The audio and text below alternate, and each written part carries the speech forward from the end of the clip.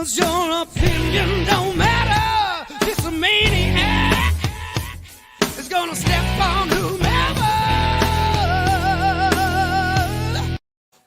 Good evening, ladies and gentlemen. It is I, it is he, it is me, P double D E Temple, Queen from the Place to Be Reviews, right here with all of yous. A little late tonight, but that's all right. Just got done watching a great movie, but we're going to talk about that more. Let me introduce to you my guest this evening. He is none other than my brethren from the Fandom Collective. Ladies and gentlemen, Jeff the Rookie Critic. What's up, brother? How you doing, man? Welcome. Doing good. Watching my sister's cats right now. So that is my night. I watched the Batman, right over to the cats now. Trying to get one to eat that's too scared and hiding under the bed right now. From the Batman to the Catman? Oh, yeah. Oh, shit. Well, dude, yeah, I just got out of the theater, and yeah, when did you see it? A couple hours ago, like around. Yeah, it's like 8 hours ago, I guess. Okay. That was when it started, ended, so within 4 hours was the last one was when I was getting out. So, yeah. All right. What was your first impression of it, man? It was all right. I liked the different approach. It, was dark, but it was very not Snyder, thank God. Yeah. And I kind of like there's a lot of duality with what was going on. Like he's talking about he's a dude hunting his prey and everything, and that's exactly what the bad guy was doing too. In the beginning, they're both kind of like stalking prey a little bit, watching them, and it's like okay, little similarities there already. So just right off the bat, pun intended, there's some stuff going on there with the villains. A lot of people said that the city looked super grimy and dirty. It looked kind of dirty, but I've seen dirtier, so I don't know. I was like, yeah, it's all right. Yeah, this is not the. I've spent a lot of time in Detroit. That's Gotham wasn't bad. Yeah, I could make do in Gotham and still be all right. Yeah. What was your first impressions? So opening scene. I love the use of Ave Maria. I love the score. The key notes they hit when when Batman was on the move, or he was in the middle of something, I was like, ooh, I like it. I think the score really helped set the mood along with just the cityscape of Gotham. Man, it was I was hooked in. I went to see it by myself.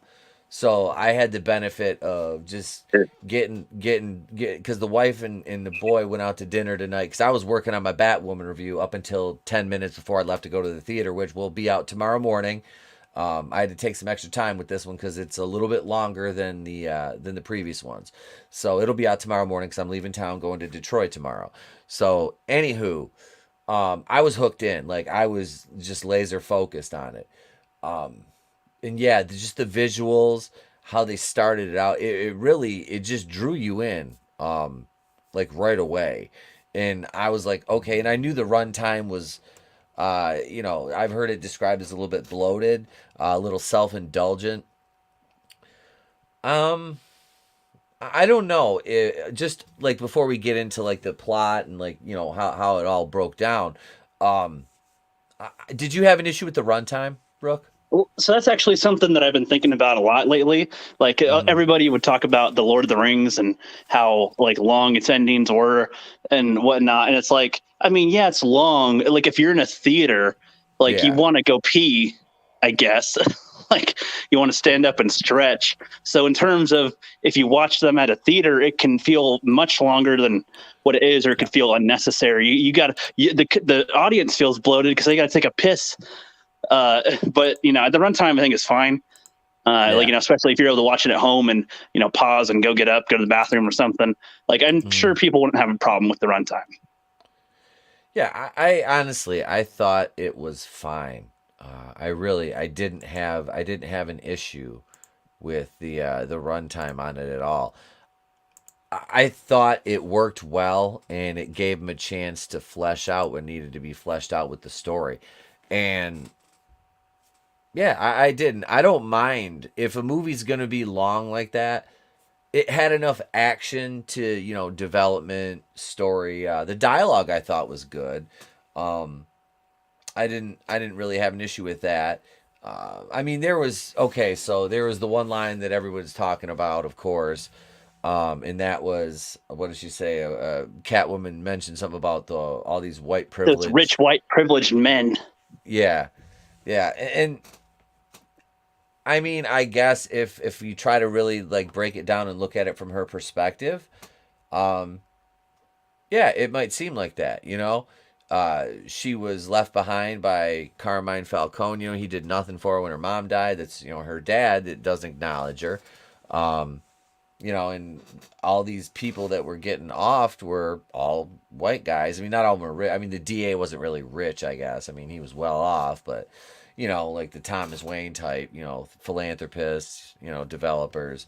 Um, I, uh, I didn't, like I said, I kind of rolled my eyes when she said it. Dude, it's like, ugh, It's a product of our time, unfortunately. The yeah. times we're in, like we think about it like that. That's brought to our attention Hmm. so often. But if we were to go back 10 years ago and they said this, we'd probably not really look at it twice, or we'd go, "What does that mean?" Okay.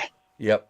We just shrugged it off, now it's it's almost, and this is part of the reason why when I made the conscious decision to back away from the Fandom Menace, because of stuff like that being a dog whistle. You know what I mean? Yeah.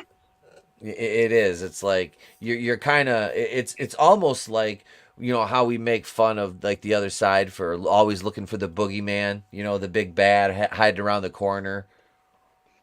Yeah, and it's like in a modern film these days. I mean, that if like that's an issue people have with it, that's a very minor issue Mm-hmm. compared to anything. I wouldn't even really say it's an issue. It's just, maybe the phrasing was just so on point with what we hear that it's like, oh, of Yeah. course that you're saying it like that. But I Yep. don't know. I mean, those were corrupted. I feel like that was more of a Yeah. politician aspect, not that if there was Yeah. a POC politician, she probably would have said something else, but because they're all white, she could say that, Yeah.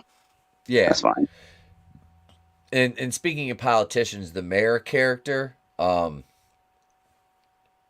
she was I don't know, she didn't fit in the story. You know what I mean? For There wasn't being, enough room for her in it. I hardly remember her being in the film.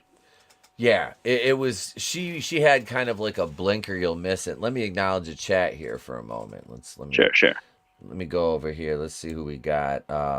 So Gap Stargate, Godzillionaire stopped in. Clone Geeks in the house. Chris Fisk, what's up, Chris? Chris, I dropped you a link. If you've seen the movie, you can jump in, brother. I dropped Vinny and Red Gaze links too. Clone Geek says, "Yeah, I'm gonna get to." He says the guy from Eternals was a joker. That's Barry Keegan. Parrot Head, hail Parrot Head. He said, "Hail the People's Jew." God damn it, Parrot Head. Maybe Human says Incel Riddler had a 20-minute lecture for us. This wasn't a Batman movie. You can cut an hour of dialogue and you miss nothing from the story. See, I didn't take it at that. I really didn't. And either, especially a lot of the stories moved by non-dialogue. Yeah, yeah. It was action. A lot of It's a action a based. lot of emotion and action. So, Mm-hmm. Oh which I yeah, actually no. I really preferred. I'm really tired of having like these like super stoic Batman-esque characters that are like yapping Yeah, all the time. Like, that was one thing with Nolan's. He seemed to just always have something to say, and it's like, can you just not? yeah. Because your whole thing of being like a shadow and a fear is, I can't. When you're just talking, I can you become more human with how Mm-hmm. little this one talked. I'm like, okay, like, are you a robot? Like, but in a good way. Like, Yeah, is this dude a human? Really? Because he got yeah, shot at. He's fine. I yell at him. He's fine. He like, it's one of those things. yeah. Yeah. That was, I don't know. Yeah, I like that he just kind of did things. It wasn't. Yeah, there wasn't a lot of excess dialogue. Um, you got that from other places though. Amen Fate. What's up, brother? He says it's real world politics injected into escapism. Yeah, Well, it, I you mean, know, I'd it, say yeah, but it's like the setting of the story kind of fits for that thing, it did. and that thing wasn't the whole face of the whole thing. That was a tiny No. bump. If it's a problem for you, it's a tiny bump in a bigger story. I'd say Yep. it's like very minor. It was really one moment. Like if we took that line out, I mean, does that make the whole Yeah. rest of the movie worse or better? Like it's Hmm. minor in my opinion, but I can Yeah. understand it getting on people's nerves though, because it was like I Yep. felt an itch. I felt an itch, but I'm like, you know. Yep. Yeah. It didn't ruin or sully the rest like of the experience for me. It really didn't. like I guess it's maybe that we've seen so much worse that Hmm. this was like, oh, child's play. This barely an attempt. That's all they did. Wow. All right, that's fine. Yeah, dude, I literally went from watching and producing my Batwoman review to watching the Batman. So I mean, I was like, I was ready for something good. You know what I mean? I wasn't disappointed. Um, let's see, hang on. Gap Stargate, Nirvana, mascara scene thoughts when you get to that part. Um, well, I mean, I understand why he's putting it on. He's putting eye black on to keep his eyes blacked out around his mask. Um, I didn't have any issue with that. You know what he's talking Yeah. about, Rook? Yeah, it made sense to me. I mean, they did that Yeah. in Arrow. They did that in Arrow Hmm. as well, which I thought was like, oh, nice. First time I saw that. Yeah. So, Yeah, because it makes his face blend in with the mask more. well, it makes it harder to have like if you're talking to somebody you recognize for them to. Yeah. It's that Yep. slight detail that makes it a little bit harder Hmm. for somebody you know in real life to maybe recognize that it's you. Having that part covered Hmm. up a little bit. I thought the Nirvana. Dude, I like Nirvana. I do. I always have. I grew up in that era. It was. I thought the usage of it was good. It works with the character. With he's brooding. You know. Yeah, I'd say this is the first time he's actually brooding, like for real. Like Yeah. other ones, they act like they're brooding. I would say this one was like he just is in this state, and I liked that. It was Hmm. like and he was like, "Oh, come on, you got to do this thing, Bruce." He's like, "I don't have time for that. I'm doing important Yep. stuff." And it's like, "Ooh, Yeah. okay, like that's what little dialogue we have." I mean, I'd say he wouldn't even need to have said something like that because I think we can get it from his actions. Like, yeah, dude, this is Hmm. way more important than that shit. But Yeah. still, Yeah. breadcrumbs for the people that can't follow. So, Yep.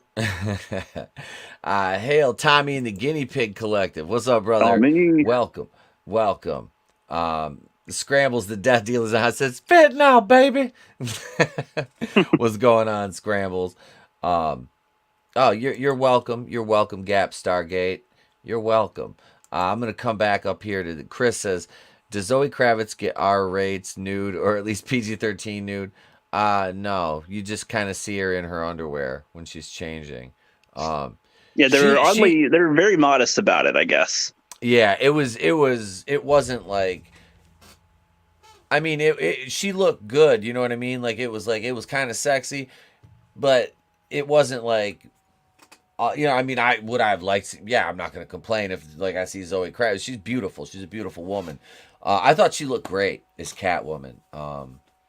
I did. I dig it. And I had they made her bisexual. That didn't even really come into play. It She's didn't. bisexual. Yeah, I guess they were I talking didn't about even that know. before the. No, I ain't. I don't give a shit. Like honestly, I don't care.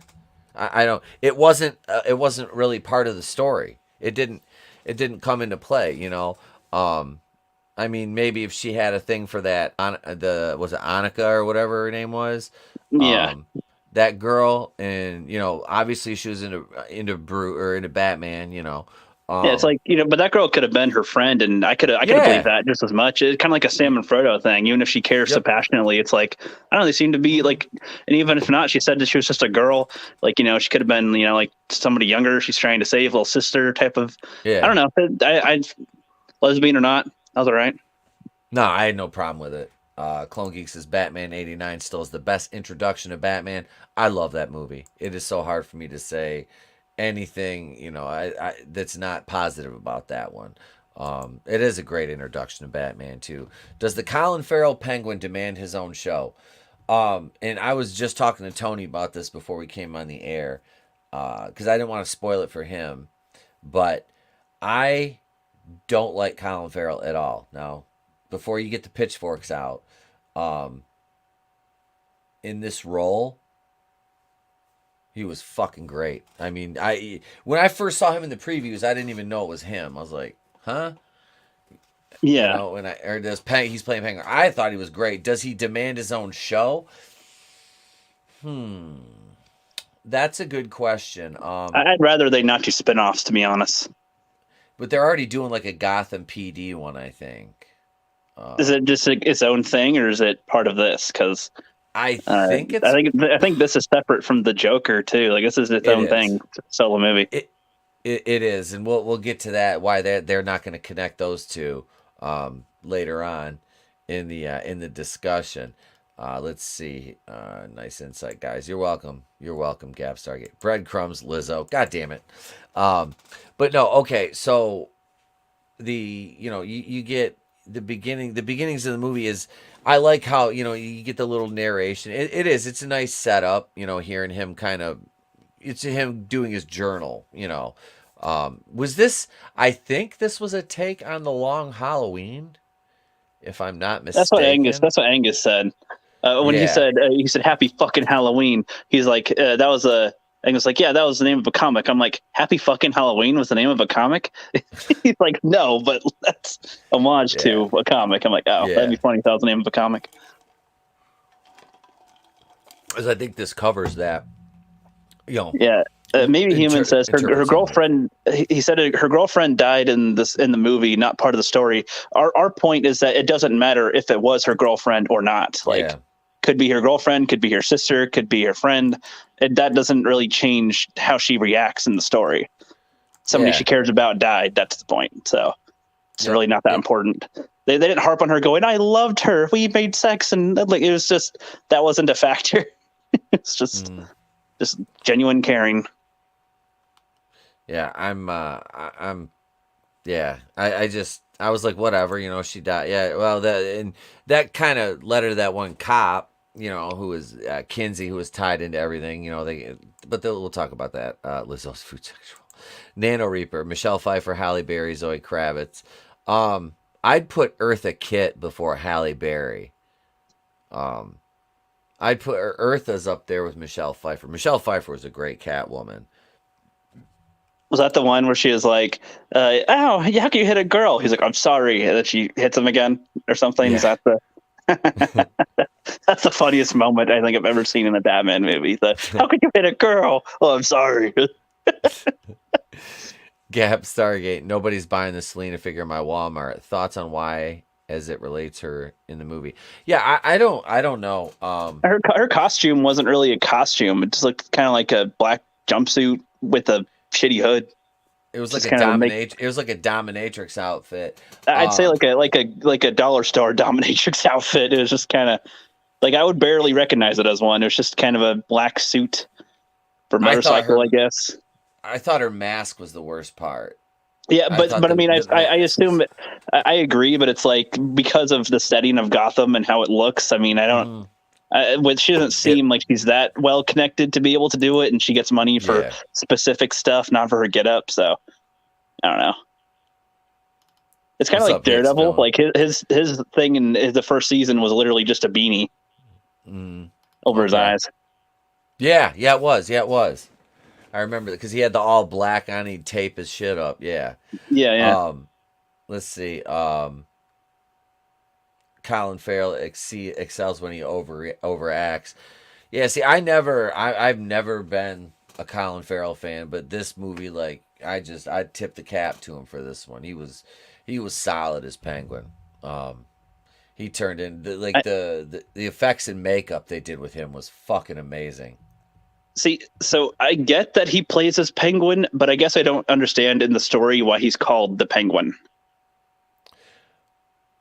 I don't really think they ever explained it.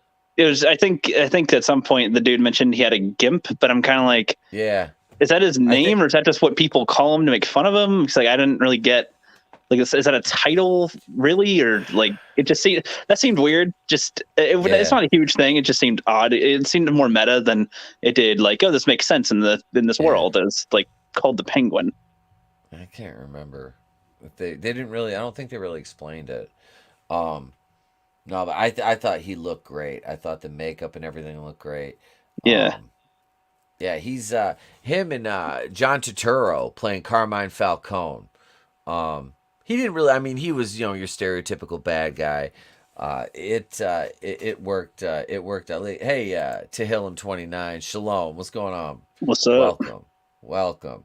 Um, the guy that played the Penguin on Gotham looks like a penguin. Yeah, that's he was in The Walking Dead for one episode too. I can't remember his name. The actor played Penguin on Gotham because I watched like one season of Gotham. I'm gonna go back and just watch the whole thing though. No, I liked the dichotomy. What's his name? Andy Serkis playing Alfred too. Um, hang on, I want to. Another problem with this movie, maybe Human says, too many villains, including Alfred, Bruce's dad, even Martha. Well, Was there that many wasn't villains? you had Penguin? Well, Riddler was the main villain. Riddler, dude, Paul Dano.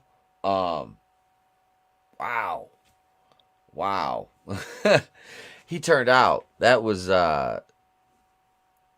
I've never seen Riddler. Like I said, I never read many of the comics. I don't know if they tried to introduce him ever, like was Riddler ever that like violent in the comics? Like I don't I don't know anything because about Riddler other than Jim Carrey. So yeah, that's the only frame of reference I really have.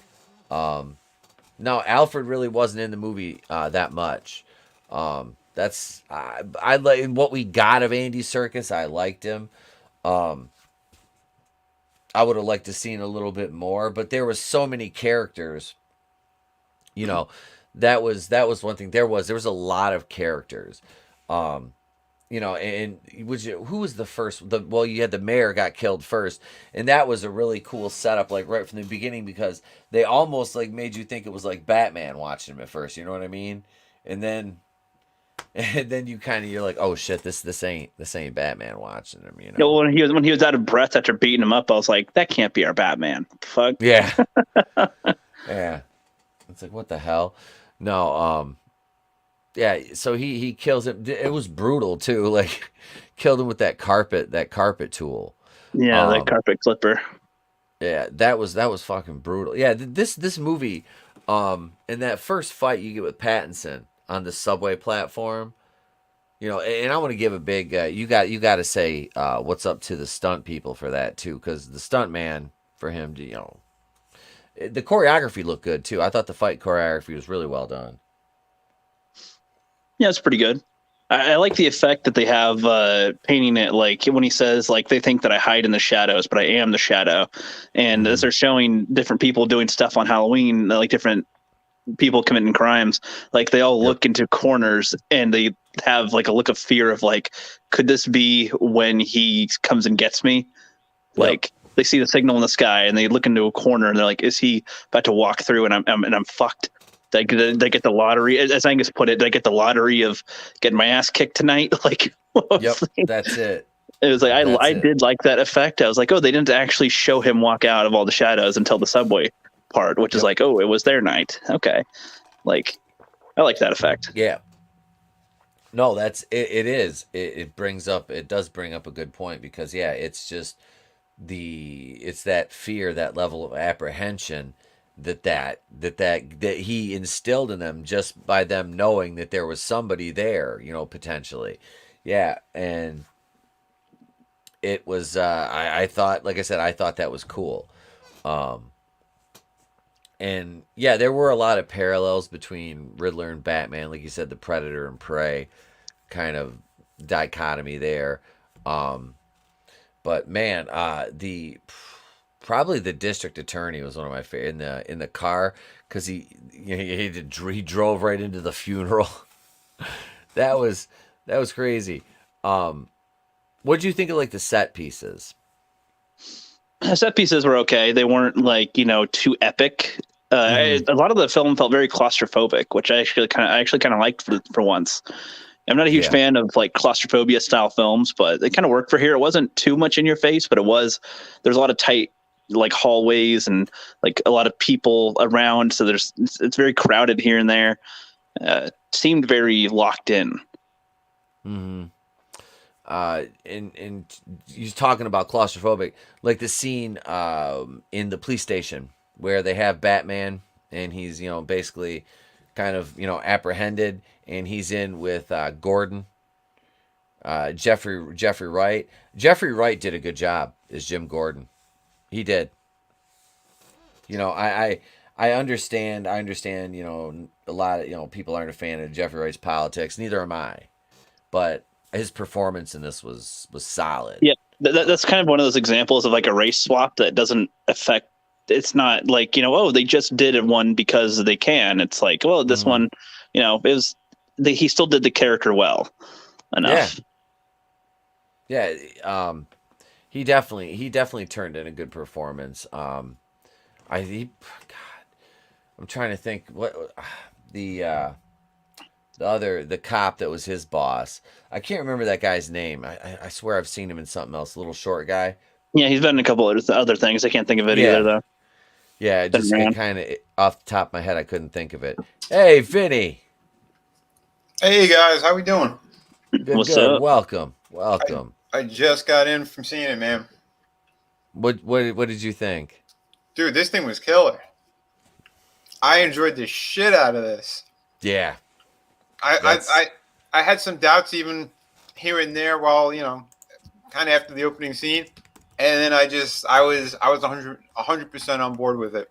I love what they did. Batman was great. It's well paced too. For how long it is, it's pretty well paced.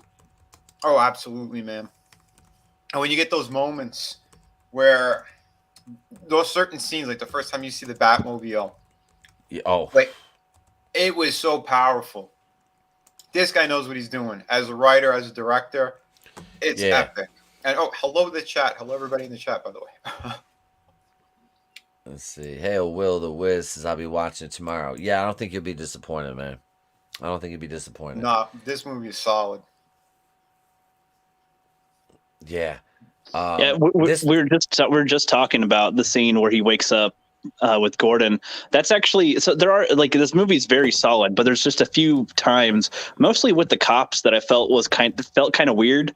Mm-hmm. Like how much the cops all hate him, but they let him around so often without really doing anything. And like when he was literally knocked out and they're checking him in the station, like he's got all his stuff on still. He's like, it's just kind of like, okay. And then he smacks crap out of him real quick as he wakes up.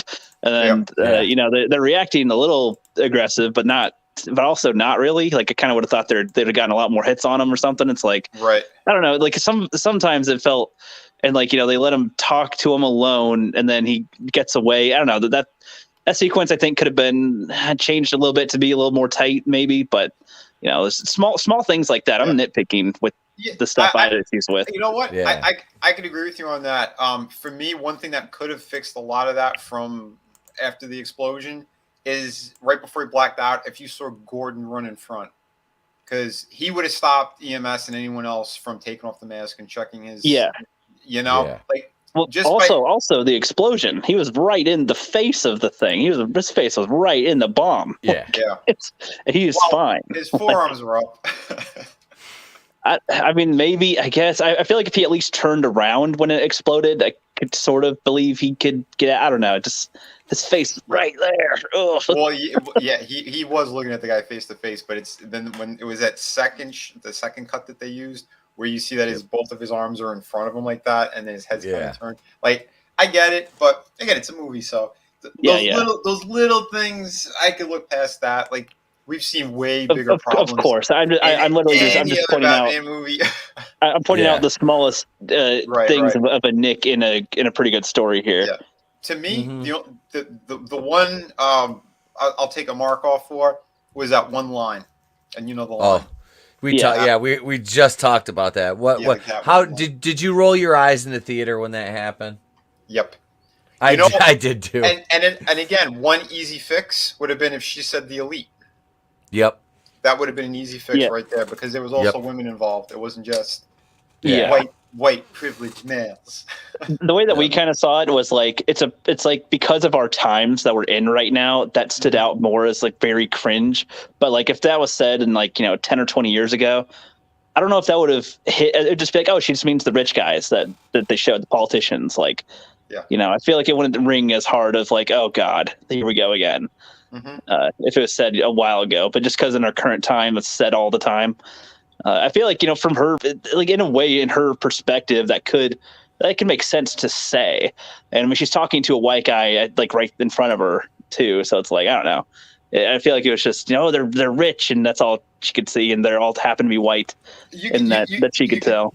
Yeah, you could tell it was Zoe Kravitz. Like, I want this line. I want this line. I want this line. It's like, if it was all just worded a little differently instead of specifically like how it's memed practically, it's like that would have been a little better. But it's stupid because it's the one thing people are going to be talking about the most when this movie was in fact fantastic. I was about to say it's like that's honestly such a minor. It's very, I wouldn't even say it's really that much of a bump. It's just like one bit of dialogue that's not that great.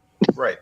Like if you got to go take a piss, like, oh, this movie's 100%. It's like, it's not that great of a line, but it fits in the story regardless. As for what the story is and her perspective of it and stuff. Yeah, like you said, there.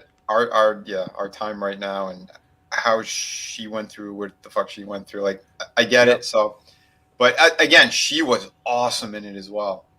Yeah, she was damn good. Zoe was good.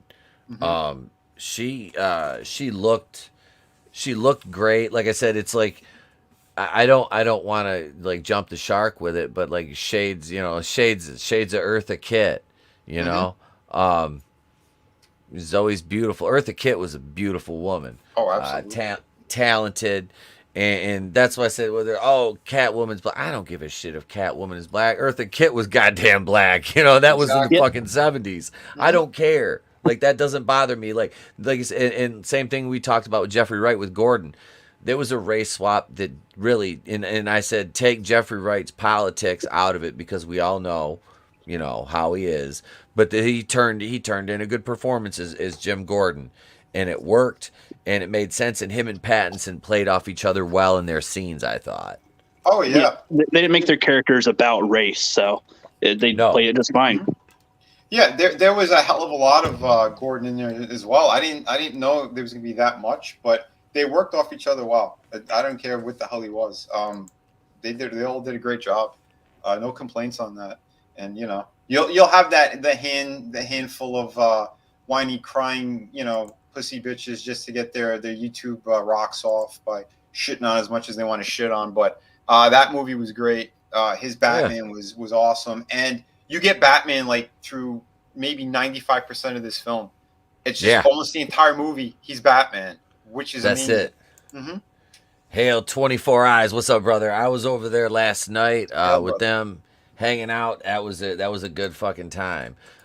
Maybe Human said, "Ugh, you guys are so desperate for a good Batman movie. You're sounding like simps for 100% woke 3-hour snore fest." Sounds like someone didn't see the movie. Did we watch the same fucking movie?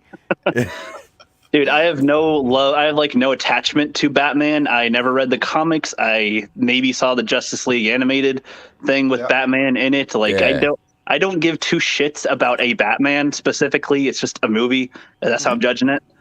I didn't, like I said, I didn't think it was woke. I mean, like I said, we had one fucking, one throwaway fucking line. And if Catwoman's bisexual, you know what? I guess whatever. It didn't fucking make a difference either way in the story. Hey, newsflash, she was a whore in the original books.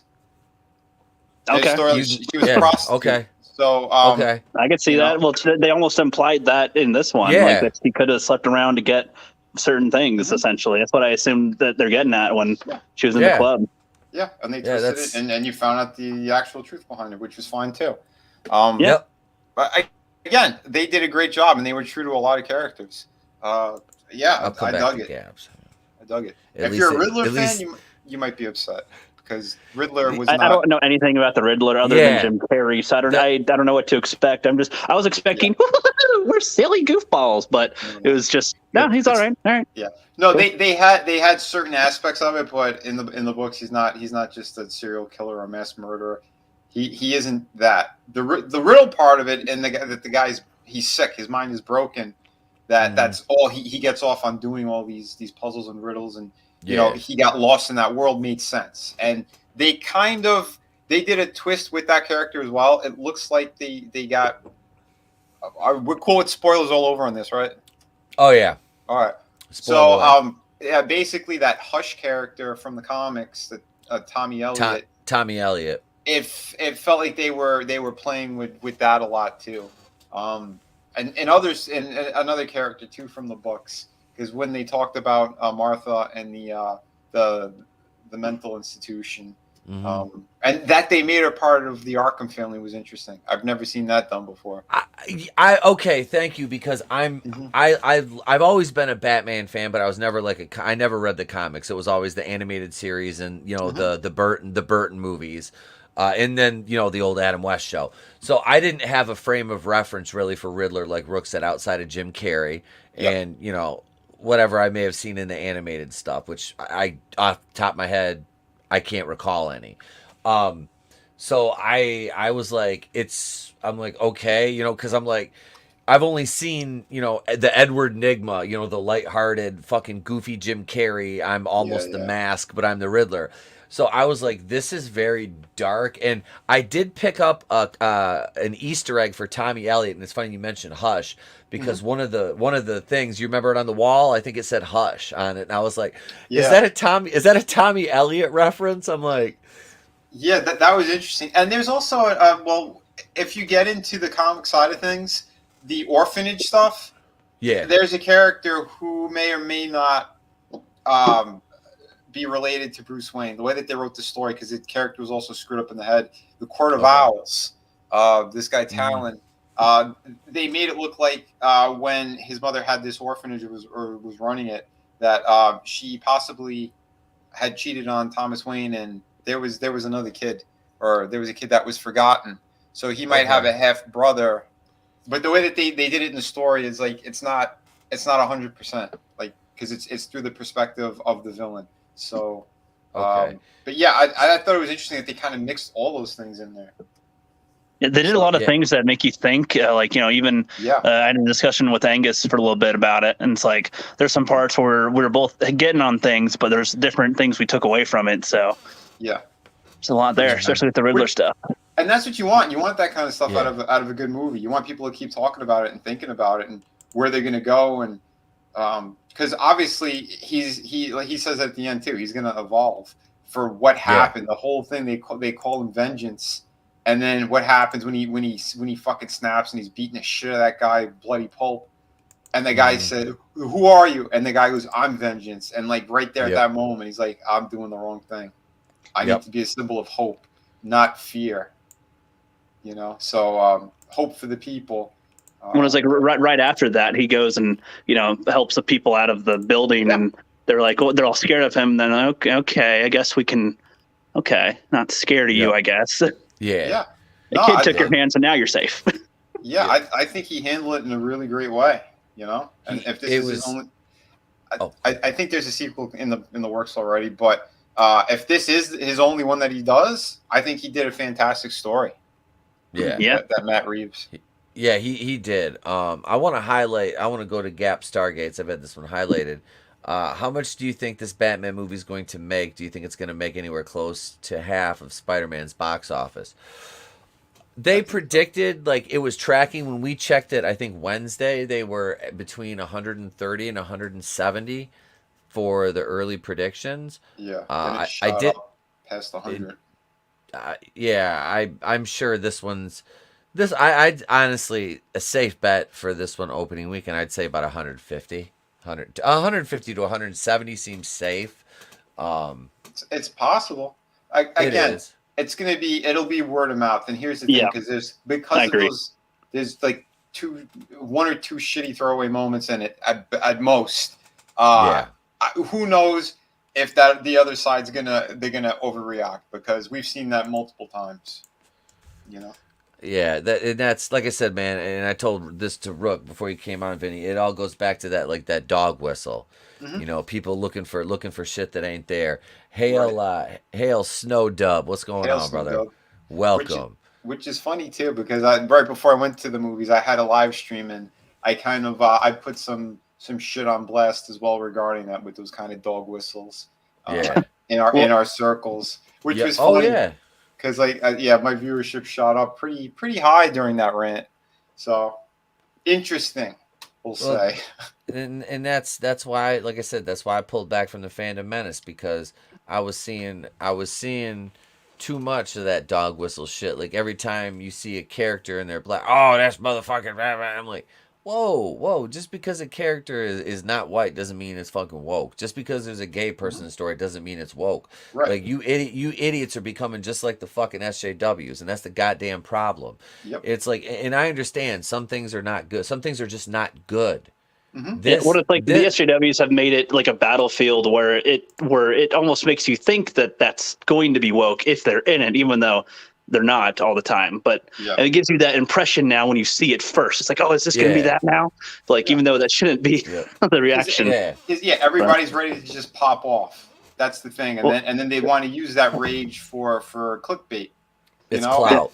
Yep. Yeah, it's clout. It's clickbait. It's all that weird dumb shit that these people do. That's what I found. What I found kind of funny too. This was before I saw the movie, and people were talking about how there's a lot of POC cops, and they also said the city is a shithole. And I was just kidding. They were like I think they were going off on Ryan or something about what he said, and like, this movie is great. There's all these POCs and all these things and blah blah. And in my head, I was like, well, wait, if the city is so shit and the cops are all POC, are they saying that these cops suck at their job, or that they're cheap? So they cut them all out, or what? I could do the reverse. Like that. Is that what? Okay. Well, like, with the shit city, like, is that what they're implying now? That's taking something from nothing. Yeah. Well, I mean, if it was a Democrat-run city, it'd be a show.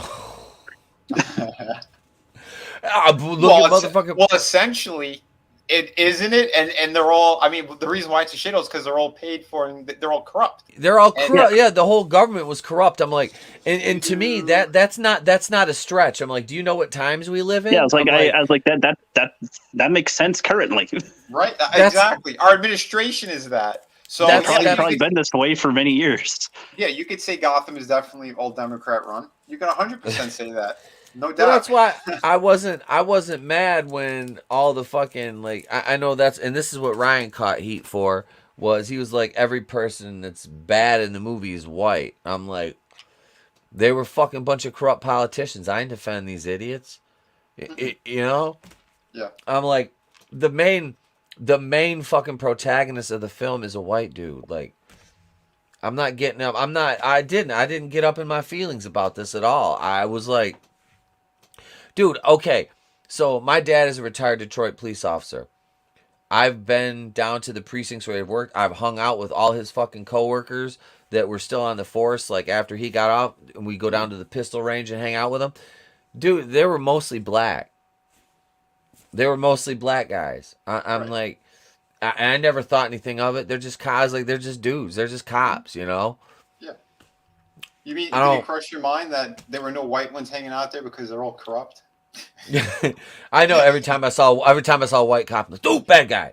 No, but no, it was, man, because there were mostly, but I mean, there's a few, there was a mix, but I mean, it was a predominantly black, where the range where we worked, it was predominantly black officers. I never treated, they didn't treat me different. I never treated them different. We're just people, I'm like, that's why I don't understand why people get so hung up on this. I'm like, I'm not going to complain. Like, one of the main ancillary characters was that dude Martinez, the one, the cop. Mm-hmm. I'm waiting for somebody like, oh my God, they had, complain about him being, there was a Latino that was like a main ancillary. Latino. Yeah. Like, seriously, I'm like, I was like, he seemed like he had, like, they kind of gave him a little bit of personality. Right. So, I was like, Angus called him like a mini Poe Dameron. I mean, probably, I can see that. I can see that. Um, what what what did you like how like say that like your progressions through like your first act how do you think they transitioned into each other? I'll go over to Vinny with this one. I think it was pretty well done, man. Like I said, I was intrigued throughout the entirety of the movie. Like I wasn't thrown off at really anything on it. Um, how they kind of had, Bruce given his take on things, or you hear his narration right from the Mm-hmm. get go, and um, about what this city is and about what he is, and then throughout the different acts, you see how that changes, and he had a huge change by the third act of how he sees himself and how he sees the city and the people in it, because it was a lot of despair. It was he wants to be vengeance in order to save this city as best as he could, but it's an impossible feat that he pretty much says as well, but that he still wants to do as much as he could. But being a symbol of hope is more powerful, and it's going to affect that city even more and a lot quicker than him just beating up thugs and arresting people or whatnot. So yeah. Yeah, the way I thought was that like, he saw like, he's driving fear into people, but that's just driving other people to, seek help from other people that'll take advantage of them rather than like take things up themselves or something. Like, everybody's scared and goes to other people to not feel as scared. And then everybody gets wrapped into these huge schemes. And it's just like, yeah, you got to do something a little different than just scaring people. So. Exactly. And that's a perfect point, man. Cause that's what happened to his father. He couldn't go to anybody for help, and he went to the wrong people. And he was trying to scare the guy, and it's like that's not. And he felt horrible about it, and it's like that's not the way to do it. And that's how they all operate, totally fine, smile on their face. That's how we handle it. It's just like, oof, yeah, we got something else going on here. That's good, man. There was good layers in there. Again, foreshadowing throughout. What was going to happen in the film and other elements. They did a damn good job. There was a lot in it. One of the ones that I don't know if a lot of people caught. So do you guys think that the Riddler knows that Batman was Bruce Wayne? No.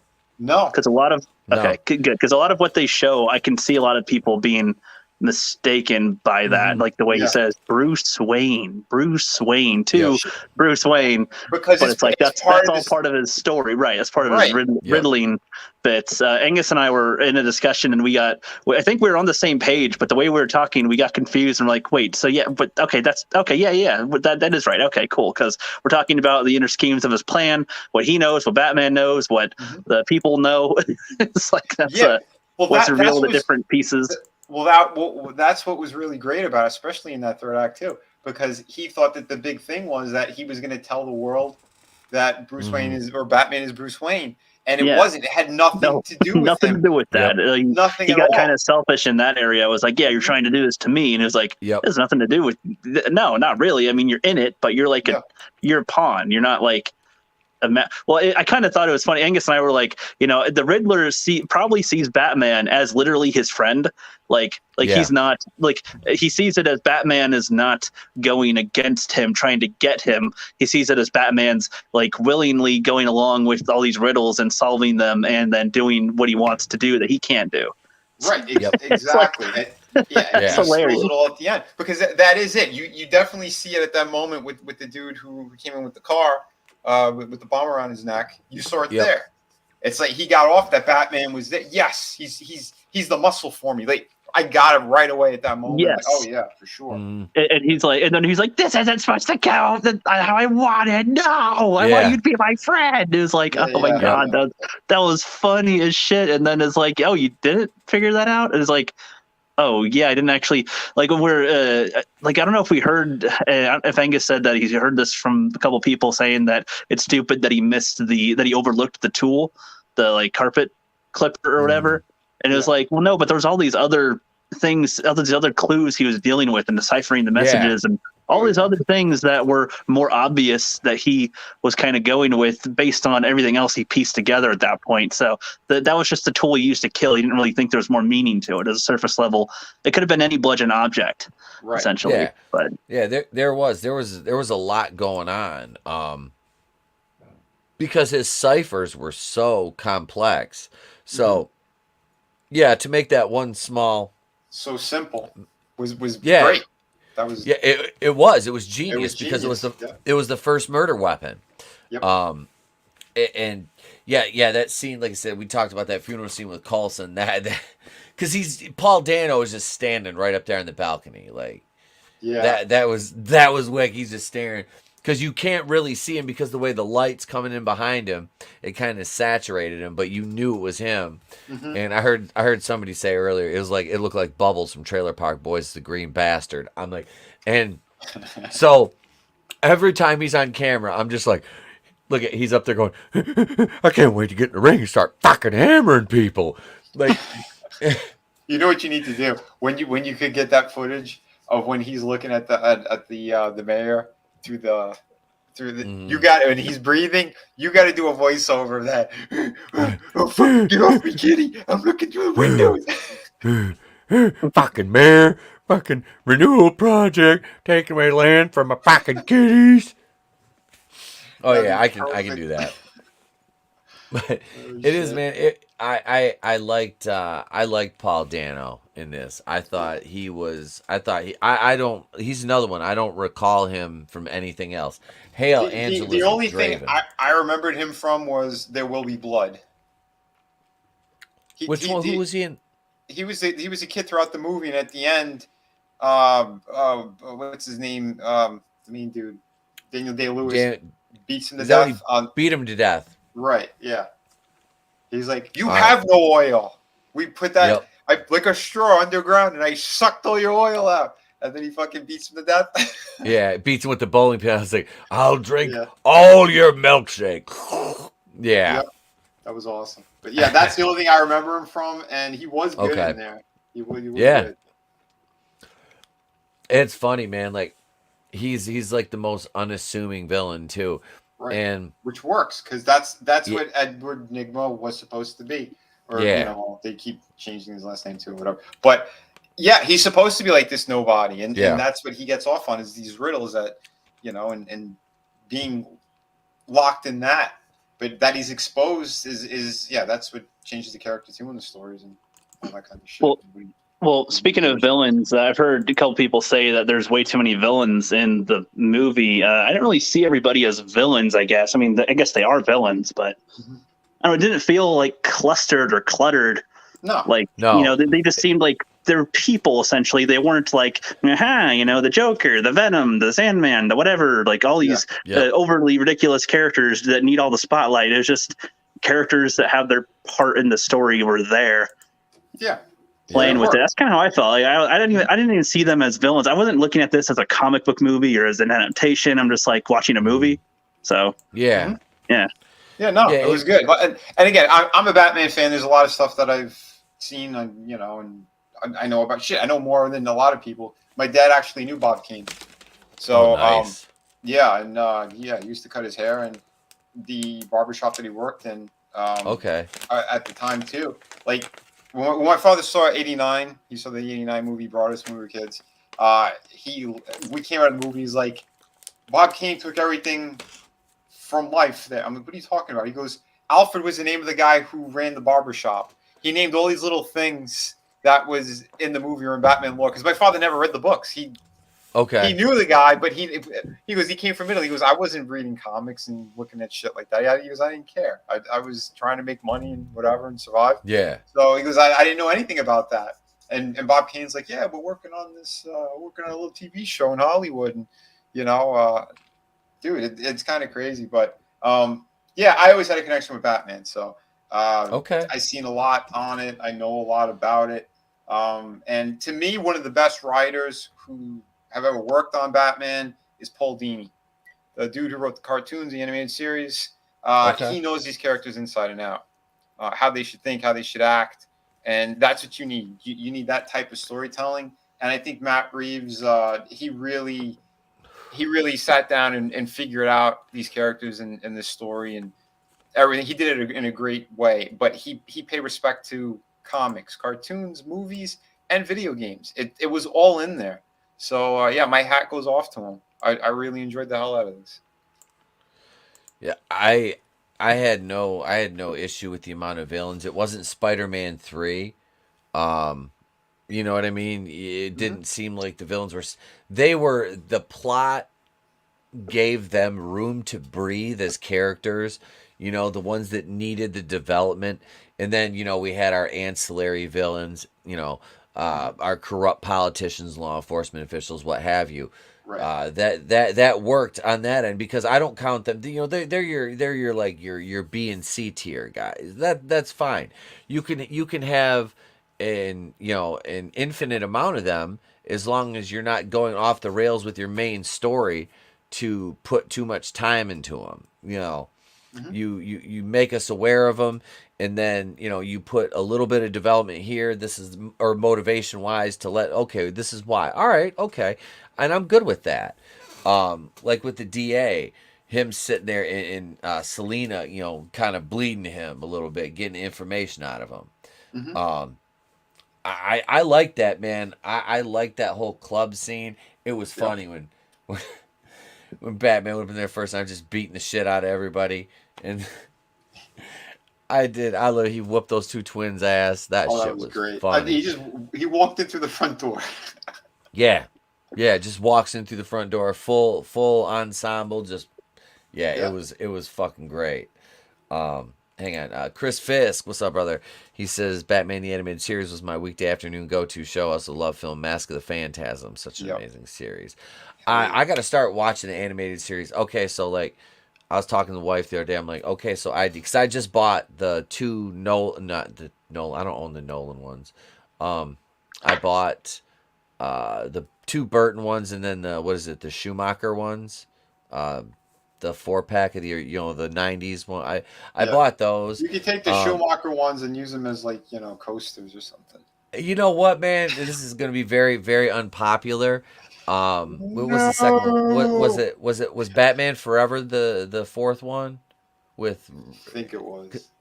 I fucking love that movie. It's terrible. It's the soundtrack that puts it. Dude, I am not a U2 fan at all, but it don't get no better than Hold Me, Thrill Me, Kiss Me, Kill Me. I fucking love that song. I love it. I don't care. And I hate U2. I hate them. Yeah. I hate them. But that song right there, that and Kiss from Rose by Seal. Yeah. That dude. I was like, we're the same age. I love that shit. I used to watch those videos on MTV. I love that shit. But no, you're right. Yeah, that's the third one. That's the third one. Okay, third one. All right. Kilmer could have done a better job. It's just if there was a different director and stuff, I think that movie would have been way, way different and a whole lot better. Because Kilmer as Batman, he was especially then he was a fucking great actor, but he was given bad direction on that. Oh yeah, Yeah, like I said, I don't like the movies for their story. They were just turn your brain off and look at the pretty colors because they were very colorful. Yeah, more. Compared to the Burton ones, it was funny. If they didn't fuck up Penguin, Tim Burton would have continued making them. It's because he was too creepy and stuff, and everything they did with them upset the studio so much, and everybody who was involved in the marketing and the toys.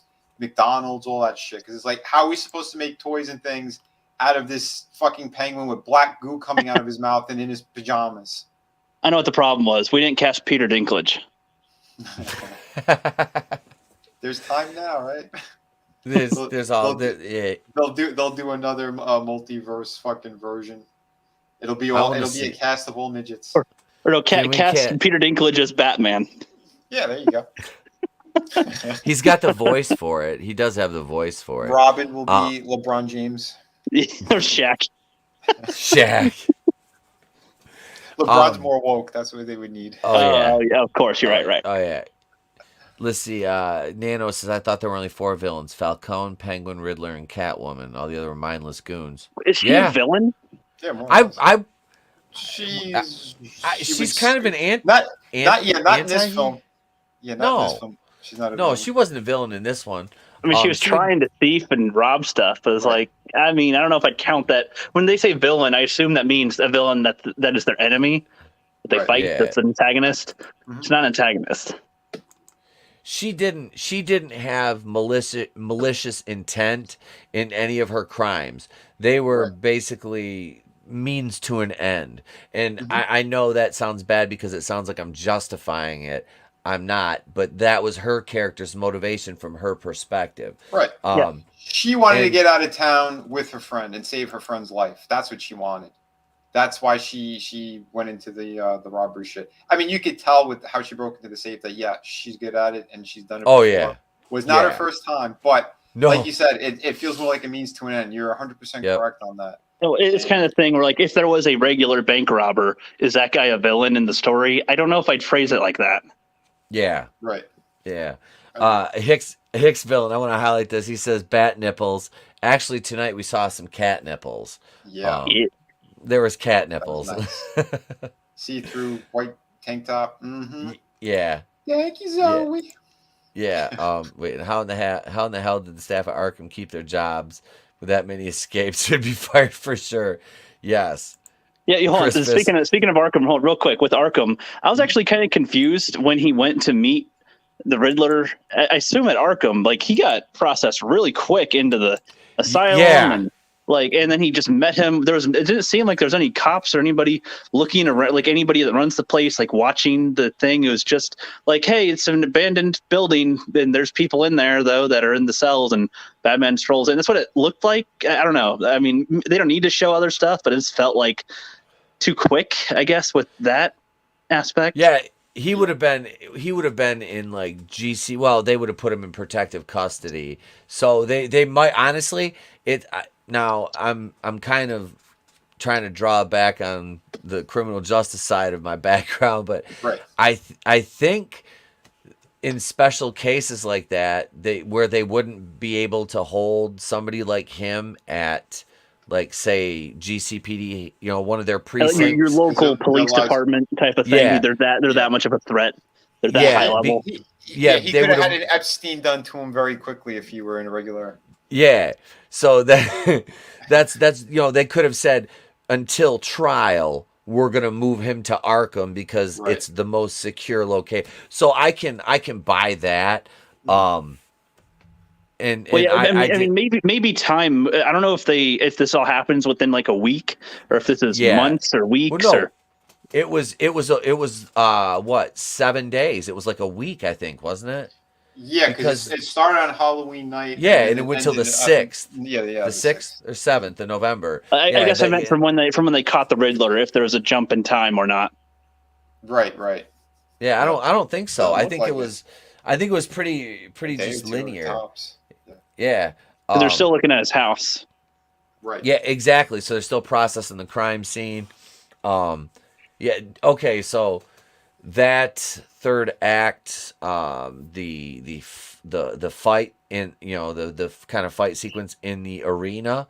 Hold on. Before that, though, we skipped the I got you. Oh, the car. Okay, yeah. Awesome. Okay, the car chase, and they showed that in the trailer. I was like, I wish they wouldn't have, but I agree. It did, because they showed a lot of, a lot of details in the trailer. Yeah, they did, and they honestly didn't have to give that away. No. Because fuck, was that done well? Oh, hell yeah. Okay, so I really wish I would have been able to see this in an IMAX with like better sound, because the Batmobile starting the first time was, dude.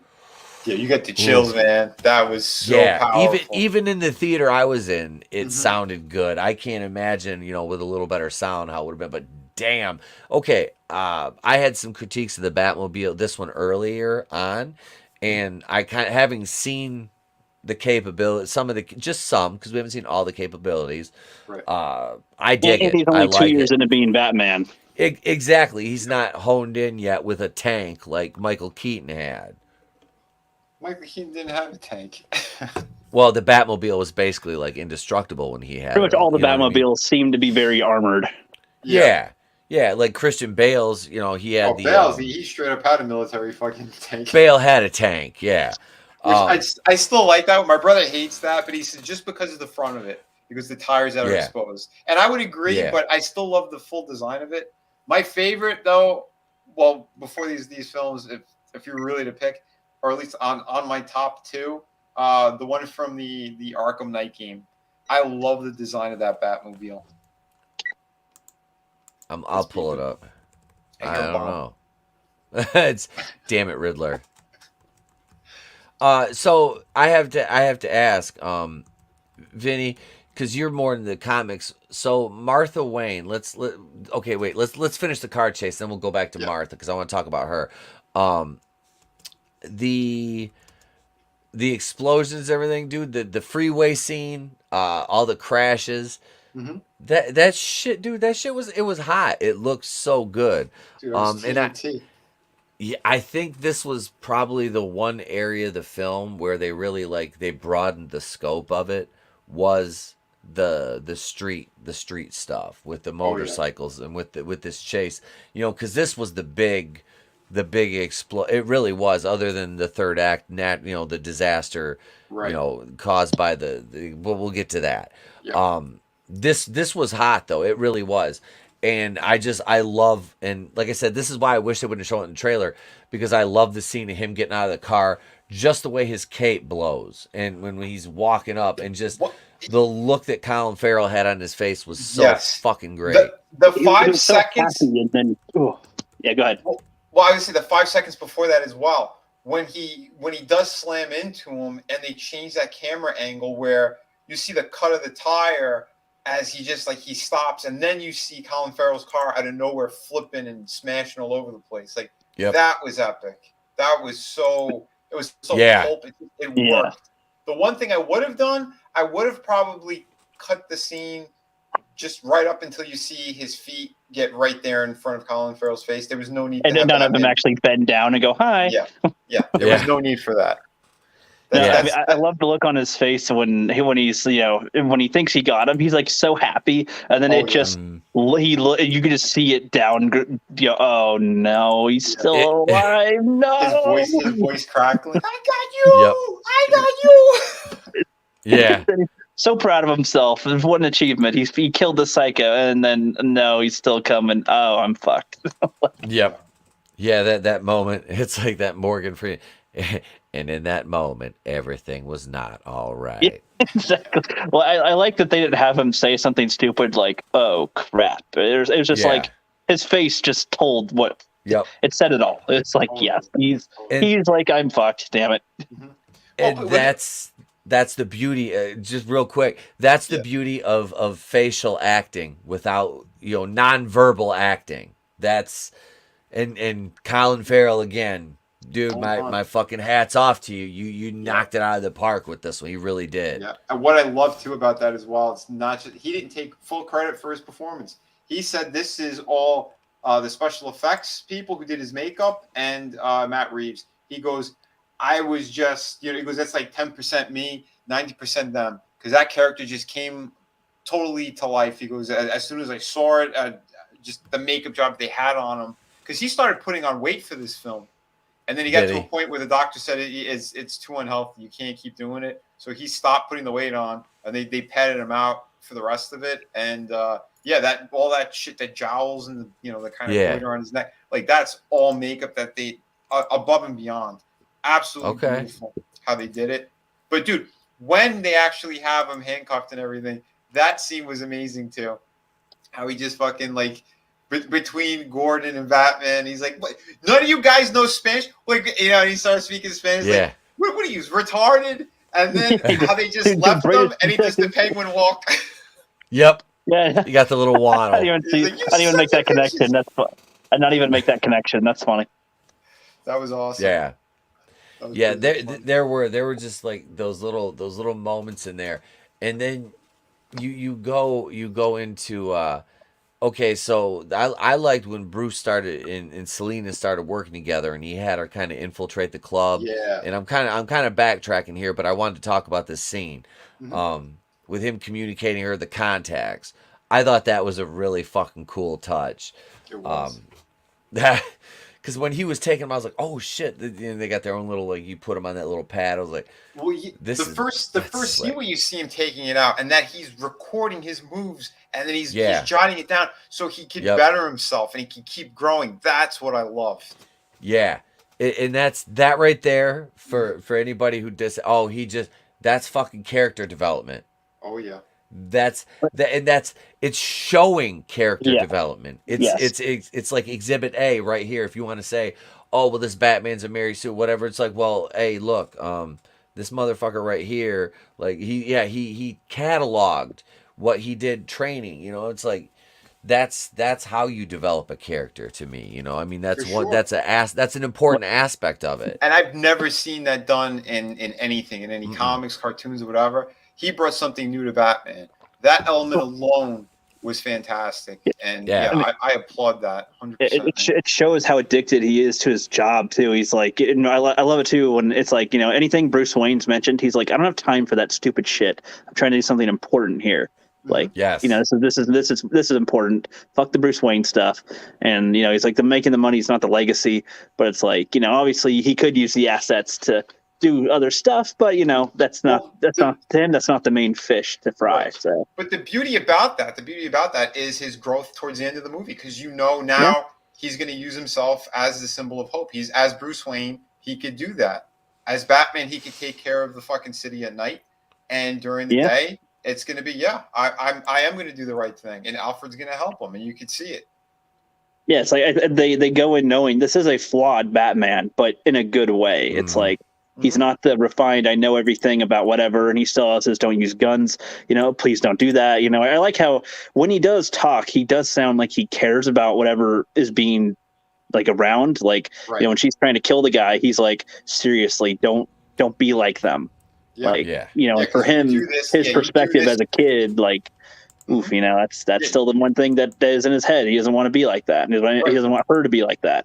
Exactly, because once you do it, then you are the villain. Then it's easy to kill. I'll be fighting you. I don't want to be fighting you. Like, right. And that's what he said that to Selena too. He mentioned that too. He goes, he said that's the line or something between us and them or something like that. I think it was. Exactly. Yeah, you and she was like, all right. So I'm kind of great connection. Yeah, they did. Those two really. I think he did fuck her on the hood of the Batmobile. Their chemistry was so good. Dude, I would have put the cowl on and snuck on set. Are you kidding me? Well, it's like that's the kind of thing. It's the kind of thing where like these characters. It's the kind of thing where these characters you could go, oh, obviously they're in love, which is like, yeah, but it's not.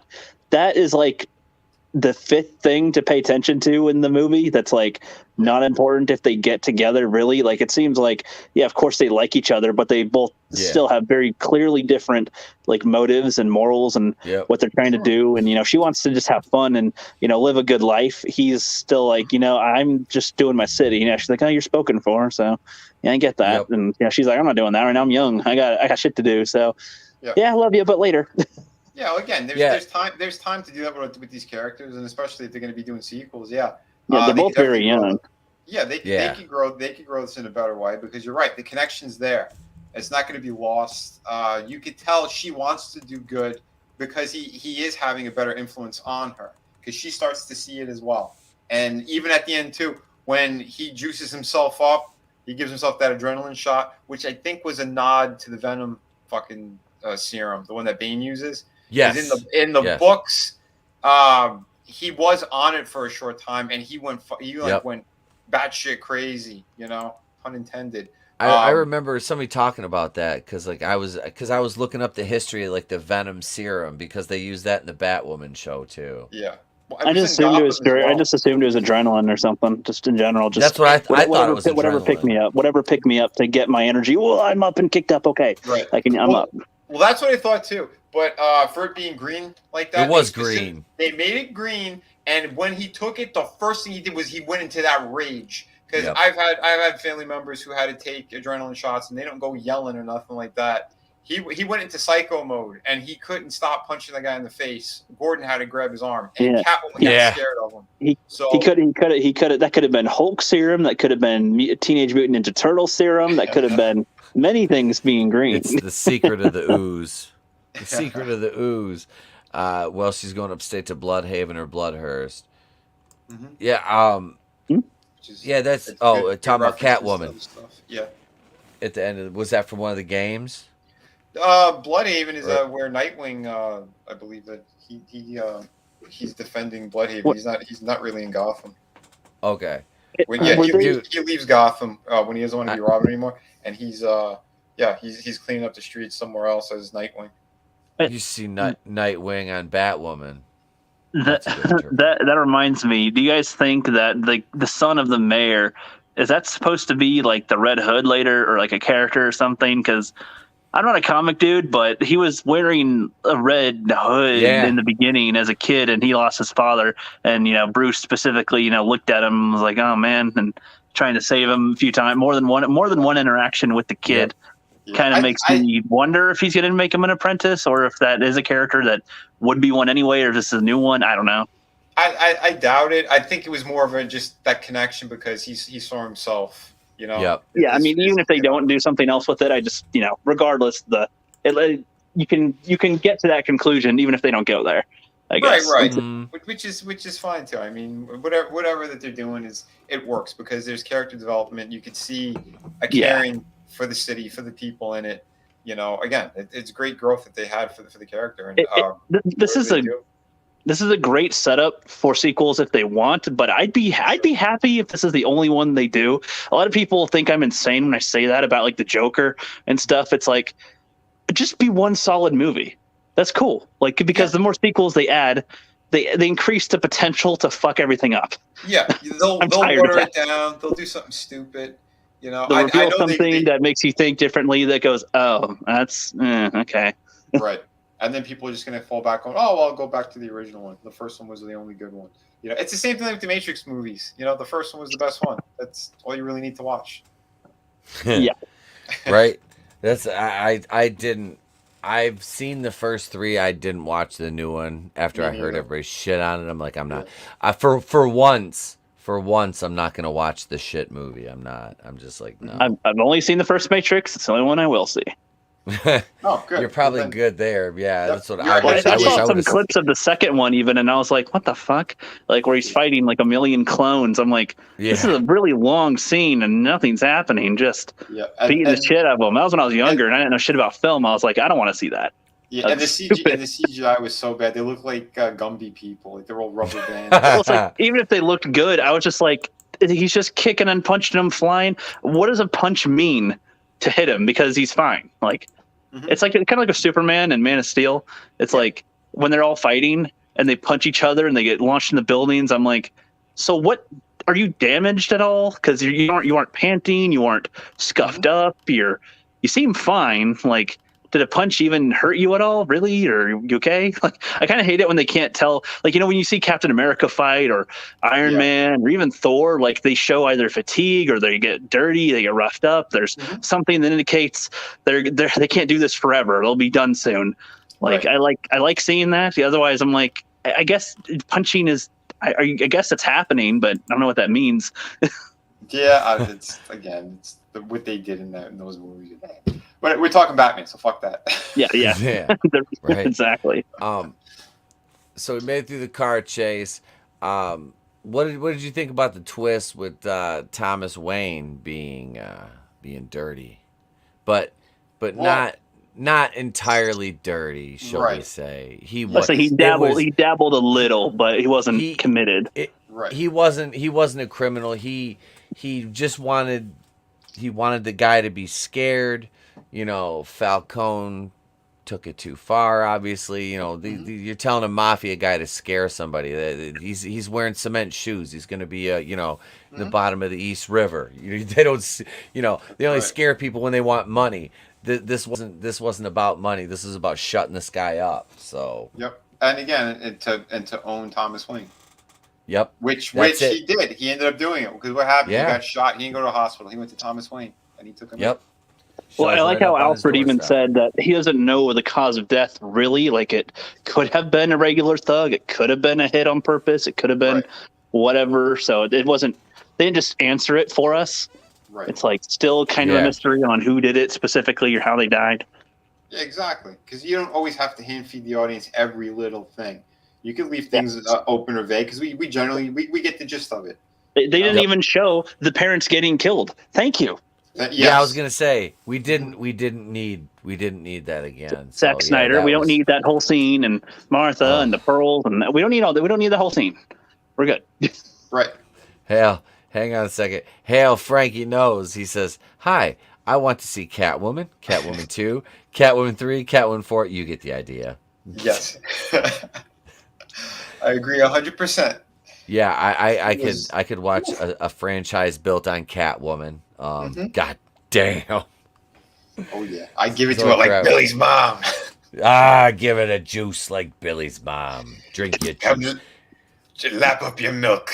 Nana Reaper says, "Can they please stop using Mountain Dew as the secret serum?" It's gamer fuel, baby. It's gamer fuel. Shit. Draven says, "Brush your teeth, or you're gonna have none like you do in meth, Billy." I'm all right with the Thomas Wayne thing. Because in Flashpoint, we know Thomas Wayne is willing to do whatever it takes when someone messes with family. I own Flashpoint Paradox. That is one of my favorite DC movies overall. So yep. Dude, that really, like, because I used to like the Flash. I didn't really know much about him. I just kind of liked the character. And that was like, damn. And I remember because, like, I was watching the Flash TV, the show on the CW at that point. And, man. Yeah, I just, when that came out, I got that for Christmas. I told my wife, I was like, I want this movie. Oh my God, this is for, because I rented it. And I'm like, I need to buy this. Because I got Justice League War too, but Flashpoint Paradox is. I think the best one. Thomas Wayne just gunning down people. I love that. I do. Yeah. Then we have Wonder Woman ripping the arms off of fucking Aquaman. Dude, she was a beast in that movie. There was so much good shit in there, but yeah, Thomas Wayne, just gunning down people, and then the twist too with the Joker and that. So fucking. So cool. What up, Franchise History says, just dropping by. I'm passing on this film. DC lost my trust. Well, I mean, if you want to do a trust building exercise, I think this movie's honestly a good way to start. Yeah, it'll catch you. Yeah, this was. Yeah, you could do a trust fall into this one's arms and end up. I'm sorry, maybe human. I got to disagree with you. This movie wasn't woke. I didn't. No, not at all. Like I said, one line by Zoe Kravitz. Yep. That's it. That's it. Yeah. Other than that, this movie was fucking awesome. We finally got a proper kind of detective Batman story. Finally. Yes. And I'm not an Affleck fan. I did not like him as Batman. I really didn't. The Michelin Man suit, all that shit was so stupid to me. I like Batfleck. Yeah, no, what they did here worked. I would never have guessed that Batman's a detective based on the movies that have come up to this point, because they never really show him do any of that. Yeah. So I was like, I never would have guessed he's a detective. Well, he's the world's greatest detective. That's what he is in the books. Well, I mean, I know that's what he's referred to as, but I mean, in the movies, I've never seen. I wouldn't have guessed it if I didn't know anything about the comics at all. I'd be like, oh, he's a detective, really? Since when? Like, based on the movies, usually he's never a detective. Yeah, no, he did. They gave him some things here and there, like in the Nolan, like the ballistic stuff, but you never really saw a proper crime being solved in and the way that they've been doing it. Like this, that's why the Riddler worked for me on this, is that he was solving these riddles, but it wasn't just that. Like, you could see, even as he's the guy with the bomb around his neck, how he was just kind of discarding. He's like, no, it's like, all right, that's the answer, but we're talking about the stool pigeon, the person who is responsible for connecting these others. Like, tell us who it is. Like, he just kept answering him fast, and then like, all right, let's get to the real point of what he's trying to make here, So that's what was good. That's what I enjoyed too about it. Nano Reaper says, sometimes we go to a movie looking for it to be too woke. Yes. Yeah. And that's the bad grooming, I think, of what's been going on with a lot of like the YouTubers and shit, because they're looking they're looking for outrage, and yeah, if you're gonna do that, you'll find it anywhere. You'll find it under a rock. Yep. That's but it. to be fair, it's always perpetuated by like media sites and other things too, where it's just oh, there's this here, and that's all that we hear about, and Yep. before we hear anything about the movie. So that's all we talk about at first, anyway, and then it's like that kind of usually drives the conversation. It seems like they think that's the best marketing thing to get people to talk or something. So possibly, but again, it's a useless fucking drama shit. You don't have to. This movie was good. The acting's great in it. Everyone did a really stellar job. And I think that hopefully that kind of positive word of mouth will reach in a bigger way, because it's Batman, so it's going to make money regardless. But I think people who actually do enjoy films will enjoy the shit out of this. You don't have to be a superhero fan. You don't have to be, fill in the box. This was a good movie. It's a solid movie. Mm-hmm. I think, I honestly think, you look at like the background, the background characters. You did have a lot, like you said, the cops. There was a lot of diversity in the cops, so you can't, they can't complain. Oh, the cops are a bunch of white people, and I'm not. I'm. I don't go into movies looking for box checking, but I'm looking at the complaints about it that are being levied by some of these YouTubers, and it's like, am I missing something? Like, I can't be. What I've seen, a lot of them have complained about some bits of it, but said it's still a pretty good movie. So yeah, and that's it. I don't understand that, or the why of like I said. I mean, okay, so what Ryan Kinnell said about all the bad people being white, and all the good. I don't. Okay, whatever. I don't really agree with that after watching it, but I mean, I don't agree with him getting death threats over it either. Jesus Christ, these people are fucking insane. But I mean, the thing too was that was only like a little bit of what he said about the movie. He still loved the movie. Like he did. He said it was like 90% good. So yeah, he gave it like he gave it an 8. Yeah, 8 out of 10, I think it was. So yeah, he liked the movie. They're just clipping one little bite and fucking running with it. Yeah, that's stupid, man. It's stupid. It's dangerous, because that's the thing, man. I kind of went on that rant today a little bit. These people who they're pushing it too far. They're stalking, harassing, and doing very, very nasty things to people. We're seeing it on a small scale. We're seeing it on a bigger scale. This is wrong. I don't understand why people need to fucking jump off the cliff, and then question why they're falling. Please, man. This is a movie. This is entertainment. You don't want to see it, don't see it. You want to see it, go for it. But if you go, I think you're going to enjoy it. I'm speaking as just a fan in general of just good films. Mm-hmm. Yeah, I mean, I agree. I mean, if anything, I still think there are some flaws in it that I'd have to probably watch again to like properly critique. Like again, I feel like some of the cop interactions seemed weird with Batman. Like they know he's a vigilante, they're working with him, they know they don't like him. Only Gordon pretty much likes him. Gordon seems to have a lot of favor with everybody, which is good, I guess. With it, he is a seasoned cop, but it seemed like he's not the top authority either. Right. There's just a little bits that I was like, just could have, maybe if they were a little tighter, just would have worked a little bit better, or explained it, or just like skip. I don't know, just some little bits that might have just tightened it up a little bit to make it more of a solid 9 or something. Yeah, for me, I'd still say about a 9 out of 10 for this. That's where I would go. I am slightly higher on it just because.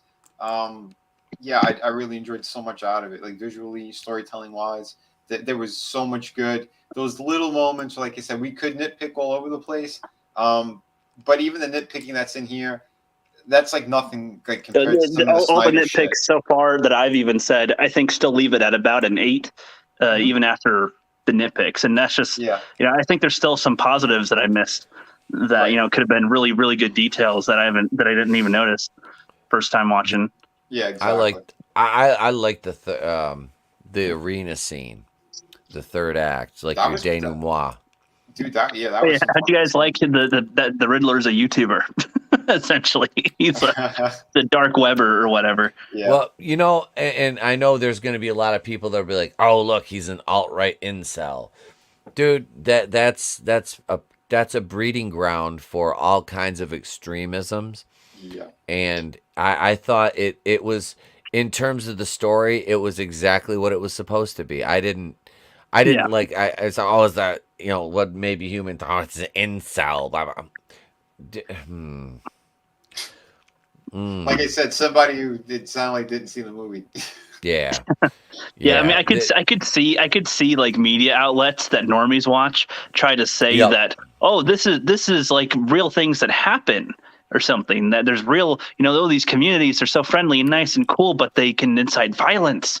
I could see like a media outlet doing that like to normie crowds. But if you remember, they did that with Heath Ledger's Joker there with the Dark Knight, where he's was it with Dark Knight or the Joaquin Phoenix? Both. Oh, the Joaquin Phoenix one too, yeah. Because there was a shooting right away. If you remember the movie theater one that happened on Dark Knight, like it was like opening day or opening night. There's that nut job. Oh, really? I don't remember that. Yeah, there was a nut job who went into a movie theater and was shooting people, and he had his right. hair But yeah, that's what I mean. Yeah. Yeah, and that's why. And these characters in these movies, that's what's going to do it. It's inciting these people. No, they're sick people who are broken anyway, and that was just like an excuse to get on the news, essentially, because that's what these people want. It's a linchpin moment for them. You know, it's a jumping off point. Right. They cried for help so much they didn't get it. So what's the way that they're going to get attention? The loudest noise possible. Yep. Right, but that's what I'm saying. I feel like they could misconstrue it to where real people in real life that have my son's on YouTube. Oh, you better check on him. You know, he might be a terrorist or something. I feel like they could install that mindset into normies, potentially. But I don't think it'll happen much. But I could see that happening. Well, YouTube already does that for them. They police us all. We're all extremists, according to Mama Susan. Hale asked the Cheese Gaming, welcome. Gap Stargate says, great review, guys. Thank you, Gap. Thank you. Draven said they tried to say that about the new Scream movie. I haven't seen that yet. Wow. I have one friend who saw it and she liked it a lot, and another friend who was like, yeah, it was okay. So I don't know. I'm gonna check it out. I'd like to see it eventually, but I don't know when. There's 5 Scream movies. Yeah. I think I've seen 2 of them. I've seen 3. I've seen 3 of them. So the scene in the arena where they're all setting up along the tower, that was funny. Like one of them shows up. Yeah, it just reminded me of the MTV Music Awards with Eminem and all the Slim Shadys. It was like a bunch of bubbles from Trailer Park Boys. But yeah, they're all lining up there with all their ammunition and shit. I'm just like, okay. They all got their little repelling hooks on. I'm like, look, it's Shawn Michaels. No, it's the Blue Blazer. Don't fall, Owen Hart. Oh, shit. I have an Owen Hart action figure, and I always tell him, Trey, I'm like, look, he's gonna act like the Blue Blazer, and I just drop him in the ring from like a couple feet above it. You mean outside the ring? Yeah, well, he falls in the ring and hits his head in the turnbuckle. Right. Yeah, the turnbuckle. Right. But no, so that scene was pretty wicked. That whole, they shoot the mayor. It was kind of funny too, because in terms of continuity, when she got shot later on, she acted like she hadn't been shot. I'm like, I didn't even know it was the same character. I was like, huh? Yeah, bullet wounds don't just heal like that. Yeah, she was too A-okay. That was my other gripe with it as well. I agree. You probably should have been passed out or something. Well, she would have been suffering from blood loss and the pain. Yeah. Mm-hmm. Yep. Hail Midnight's Oblivion. What's going on? Welcome. What up? Yeah, that flood. So the Riddler's plan of all the bombs when, and that's another scene with Martinez that I just liked. I liked his interactions with Batman. Mm-hmm. I did. I thought they were almost lighthearted, but it didn't take you out of the story because it was straight up comedy. Right. You know what I mean? Like if you would have done straight up comedy right there, it would have taken me out of the story, and I'm like, this doesn't belong here. Right. Like if you had Michael Pena in there. He's my cousin. He does carpets, and when he does carpets, man, he used that tool, And you know, that would have been a totally different thing. Yeah, we're doing spoilers. Midnight's Oblivion. Spoiling the shit out of it. Sorry. Yeah. Yep. We're going deep, dude. Oh, how about the flying squirrel part? Oh shit! That was awesome. I loved it. I ain't gonna lie. I thought that was dope as hell. I was like, this is hot, dude. Because I thought Bale didn't use anything like that. He had the sky hook thing he used for the airplane. Yeah, and he had like he put like the currents through the he was gliding, but not like that. Not like that. No, this was cool. And he even crash landed, which I thought was even better. Yeah, I'm sorry. I pulled one of those moments in the theater. I was like, oh shit. I've been waiting for Nano to say this is even when they hit you in level 4 hard body armor. Yeah, he took that double barrel right to the chest. I was like, oh. Yeah, I like that they showed that still hurt him. I like that it still hurt. Yes. Yeah. Midnight's Oblivion. I'll check y'all out later. We don't get it here for now. Oh, all right. Hey, just drop a like, Midnights. Thank you for stopping by. Come back Monday and check us out. Thank you for stopping in, though, Midnight's Oblivion. We appreciate you. The Batmobile was fucking amazing. I loved it. Yes. I really did. Me too, man. I love muscle cars anyway, but yeah, what they did with that. Hey, Vinny, I got a question. Why do they call it the Batmobile?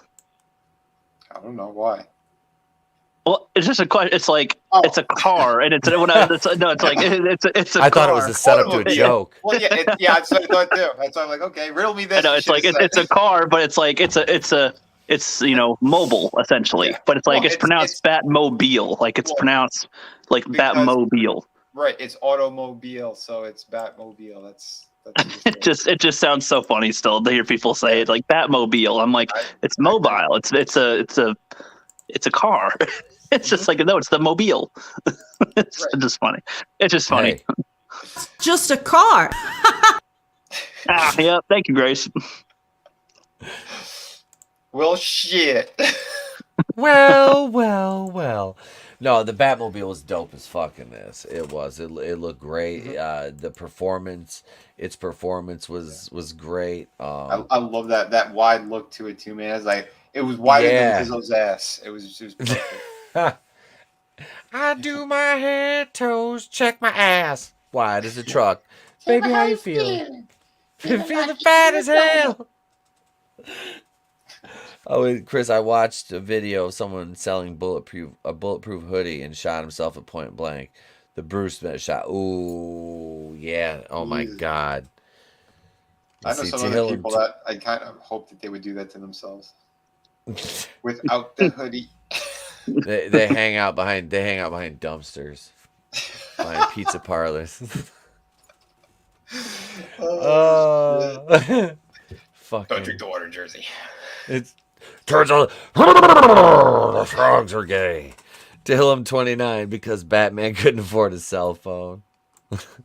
Yeah, these days. Well. Yeah. Oh God, not her. That.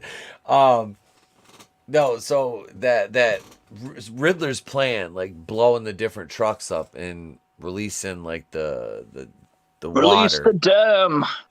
Dude, yeah, blowing the dam. That was well executed. I was like, oh shit, checkmate, Riddler. Look at this motherfucker go. Again, it's something I wish they did not show in the trailer. There's so much shit that they just put in the trailer for the sake of it at the end. Like, why? They really think that you won't see it unless you know what happens in the movie. I don't know. These studios are just assholes. But that is literally what they do. They go, well, I don't know if they'll see it if they don't know what happens in the whole movie. So we got to show the whole movie, and then they'll see the movie. Like that's literally what they think. Yeah, I hate that because they'll go, if you haven't seen the movie before, how do you know that you'll see it? Explosions bring people into theaters. Explosions put asses in seats. Go ahead. I was gonna say, if we could just have, instead of like Michael Bay directing movies, Michael Bay just did trailers. Right. Everybody would go to see every movie, because you have hot women, explosions. It's the Notebook, but explosions. Yeah, right. It would I'd be like, fuck yeah. Megan Fox washing cars and just explosions, and that's all. Like Okay. even if that stuff doesn't happen in the movie, I'd be like, that's still a sick trailer. Yeah. Right? I'm gonna go check that out, and I'm gone. But no, I had an argument with somebody about seeing things before they happen. So like, there was a poster and like a small trailer, and like I think I just gave my opinion on the trailer, and the guy was like, "You're such a fool trying to take any type of judgment of the film based on the trailer," because I said I might not see it, and I was just like, yeah, well, yeah, but like, do you think I'm just gonna walk into the theater blindfolded, like? Or like not knowing what it is that I'm gonna see, like what they're telling us is what we need to know before we go in, essentially, or what they want us to know. So like, are they just gonna expect my money anyway? Like, this is what's making me decide: am I gonna give them my money to check out what they've made? Right. Like, what do you guys think about like with trailers? Like, do you think you should just see the title of a movie, or no, movie 1, 2, 3, 4, and 5 are coming out? Pick one. You know anything about them, and then you can judge them afterward. Well, it's important to do a slight setup in a trailer, so we get a gist of who the characters are, a little bit of what the plot is. That's really what you need. If you go over the board and you just overboard and you give them everything, like again, like they shit with the Riddler too. We're in the trailer, they're like, Bruce Wayne, like that's in the trailer, and it makes it look like he knows exactly who he is. And it's part of the twist of the story itself, because Batman's having those doubts. He's like, am I about to be exposed? That's why do you think he says to Gordon, you're a good cop, like in case if I get pulled in, whatever, this is my only chance to say thank you, and you're one of the few good ones. It was a nice touch, it really was. Right. And I like ambiguity, in my trailers. I do. I'd prefer that. If you give me like a minor, it doesn't even have to be a major, plot point. You give me a minor plot point and a few characters that are gonna hook me in, then odds are I'll probably see the movie. I don't need all the goods. What do you think when they trick you in a trailer, like Infinity War or Ragnarok, for example? Like they show him with both his eyes in the trailer, and they show like a superhero lineup that doesn't happen in the movie, and they show the Hulk in Wakanda when it's the Hulk Buster and him. Do you like the stuff? It's smarter that they do that. Yeah, I prefer stuff like that, because it's showing, like you said, it's showing stuff that's happening, but as you're watching the movie, you're kind of expecting that to happen at some point, but then it doesn't. That's good, because it's the general gist of where you're going, but it's not spoiling what happens, really. Right. You want to surprise the audience. You want them to be happy. They spent their hard-earned money on something that they spent a long-ass time making. So it's like trickery, and it's trickery in the correct way, as to where the trickery, like with the movie Pig, the trailer depicts it like it's going to be John Wick style, and it's not at all. It's a great movie, but like it sells it falsely, where people would be disappointed that they didn't get their John Wick style movie in this movie. It's like, or I think other ones have done that too, where you think it's going to be a huge monster and it's not, but the trailer shows it like that, and everybody gets all pissed off. It's like I feel like those are good in a way that they tell you what it isn't going to be, but then they still get you to see it. But I feel like that is also a sense of deception rather than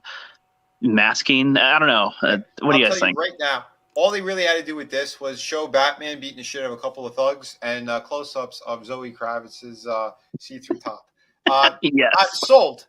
Batman. See it. Men and women would like this all. Yes. Right. I'm there.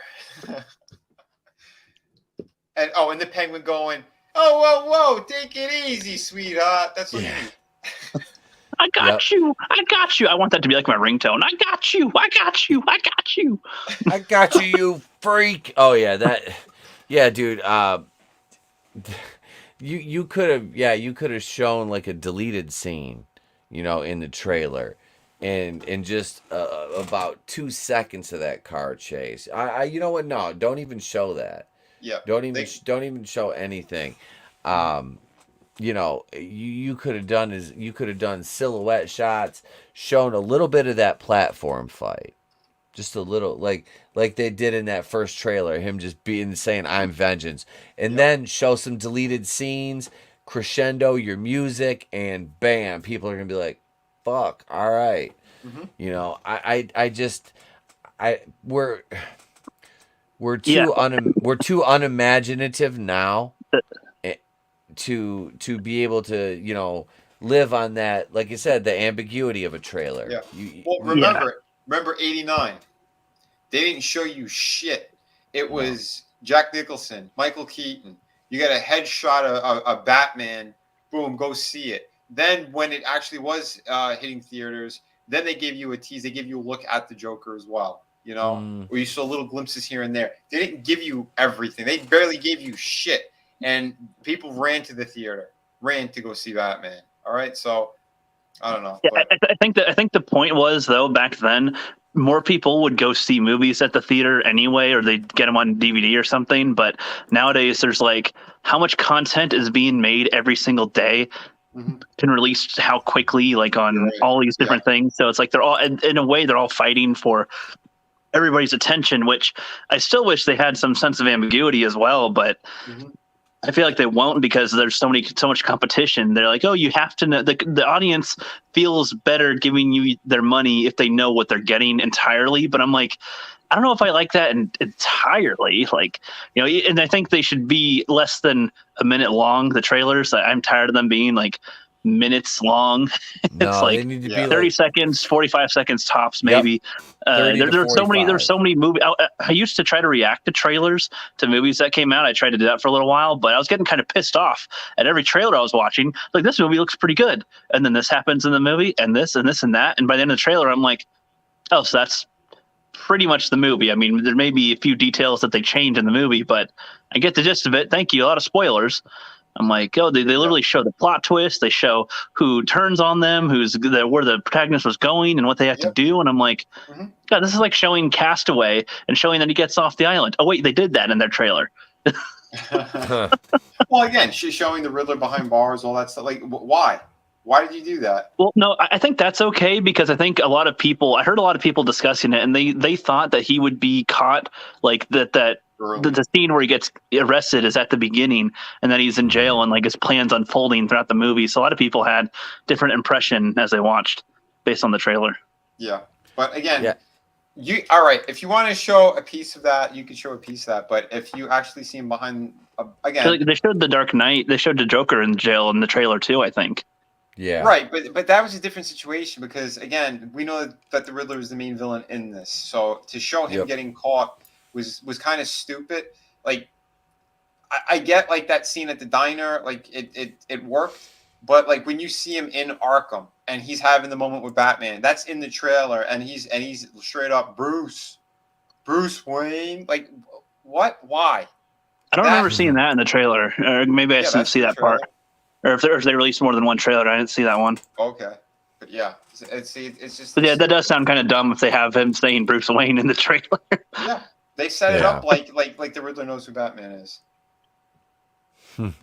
See, that's yeah. Like I said, it's really, really dumb. Yeah, no, don't do that. Don't do that, damn it. And there's one. I'm trying to think. There was something else I wanted to talk about here for the third act. Shit. Sorry for getting off topic on the trailer thing, but no, that's fine. That's fine. Because there was something else I saw somebody mention, and I wanted to talk about it, but I'll be damned if I can remember what it is. Like now. They flooded the garden. There's the shooters on top of the roof. Yep, we've been through that. Shit, I don't know. It'll probably come to me, but like, what do you guys think the chances are, like, that the spinoff, the Gotham PD spinoff, do you think it's going to be set in this universe? Didn't they say that? I know. I thought Matt Reeves, he confirmed the Penguin show is happening on HBO. Okay, he confirmed that. That's confirmed. They're doing the Penguin. So we're going to see his rise to power. They said. Good for Colin Farrell doing a series. Look at him go. Yeah. I'm excited to see him reprise this, honestly. Me too, man. And he loved it. He loved playing that character. So, yeah, it's going to be good. I'm nervous. I mean, I liked how much they had of him in the movie here. He wasn't like in it. He didn't have like a half an hour of screen time. I think he had like maybe 6 minutes or something. Like he was used very precisely, and I feel like that stuck harder as to where him being a main character maybe. Yeah, I think they said it was somewhere around 10 minutes in total, but Like yeah, I feel like some actors and the way they're in characters like are better in doses. right. So I hope that he's not the main focus of whatever show they're trying to do. Yeah, well, the same thing with Alfred. Like he was barely in it too, but the scenes he was there, it worked. It was good. He was very impactful. Yeah, I like Andy Serkis too. But no, Andy Serkis is smart. The Penguin series is going to be Penguin. I mean, they're following him. So I'm fine with that. Because if you're going to do a proper kind of like mob series, that could definitely work. I remembered what I was gonna say. So to go to the end, we were talking about Paul Dano's Riddler being in the cell. His what about his partner he's talking to there? His cell block mate, none other than Barry Keoghan playing the Joker. Who's Barry Keoghan? Barry Keoghan was the cult leader from the Eternals. Remember, the one that went down to South. I didn't see the Eternals either. Holy shit, you two are fucking lucky. I mean, the only Marvel movie I saw was No Way Home since Endgame. No, that guy's the Joker. Yeah, he looks like melted Ezra Miller. Oh my god, he does. He really does. No. No. Recast, please. Yeah, that's still time. That's the fucking Joker. I'm just this was my thought when I saw it.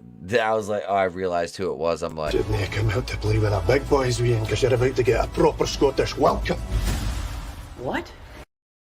That was it. I was just, what? Did you talk about that movie yet? I forgot. Uncharted? Yeah. Yep. Oh. I did my own review of that one. We didn't really Yeah, we didn't really. We didn't really talk about. We could talk about it. We'll talk about it a little bit Monday night because we didn't get a chance to. I did enjoy it. Yeah, I enjoyed it. I liked it. I thought it was fun. Exactly what you said. Yeah, I mentioned it on my Sunday stream. I said exactly what Etep said. Where it's one of those movies where it's for what it is. It's an action movie. I didn't hate it, but it was still good enough. I would definitely see it again. Yeah. So that's it. I just turned my brain off and had fun with it because I've never played the Uncharted games. Right. And with this, hail Dabian Donaldson, hail. Hello everybody. How was the Batman? Was it any good? Yeah, absolutely. It was very good. We're doing full spoilers, so I will. I'll give you a minute if you let me know if you're gonna hang out because we're talking about a very, very big one right at the end of the movie right now. I don't know how long you've been in the chat if you've heard, but yeah, Barry Keoghan, Vinny, Barry Keoghan. Awful. I don't know what's worst, him or Black Joker on Batwoman, Nick Cregan. Nick Cregan, Barry Keoghan. I mean, there was a ton of prosthetics on him from what you could see, and his face was really scarred the fuck up. Yeah. I thought it was Two-Face at first. Right? I was like, we haven't seen a proper Two-Face, have we? No. Oh no. Well, in the Nolan trilogy, Harvey Dent was Two-Face. I see. I forgot about him for a minute, which I like Dark Knight more than I like Dark Knight Rises. I have issues with Dark Knight Rises. No. Oh yeah, everybody does. And it's Batman Begins and Dark Knight were fantastic. Yep. That third one. It's Nolan couldn't do the movie he wanted because Joker was supposed to be a major part of it, and that's why he even told the studio he didn't want to do it.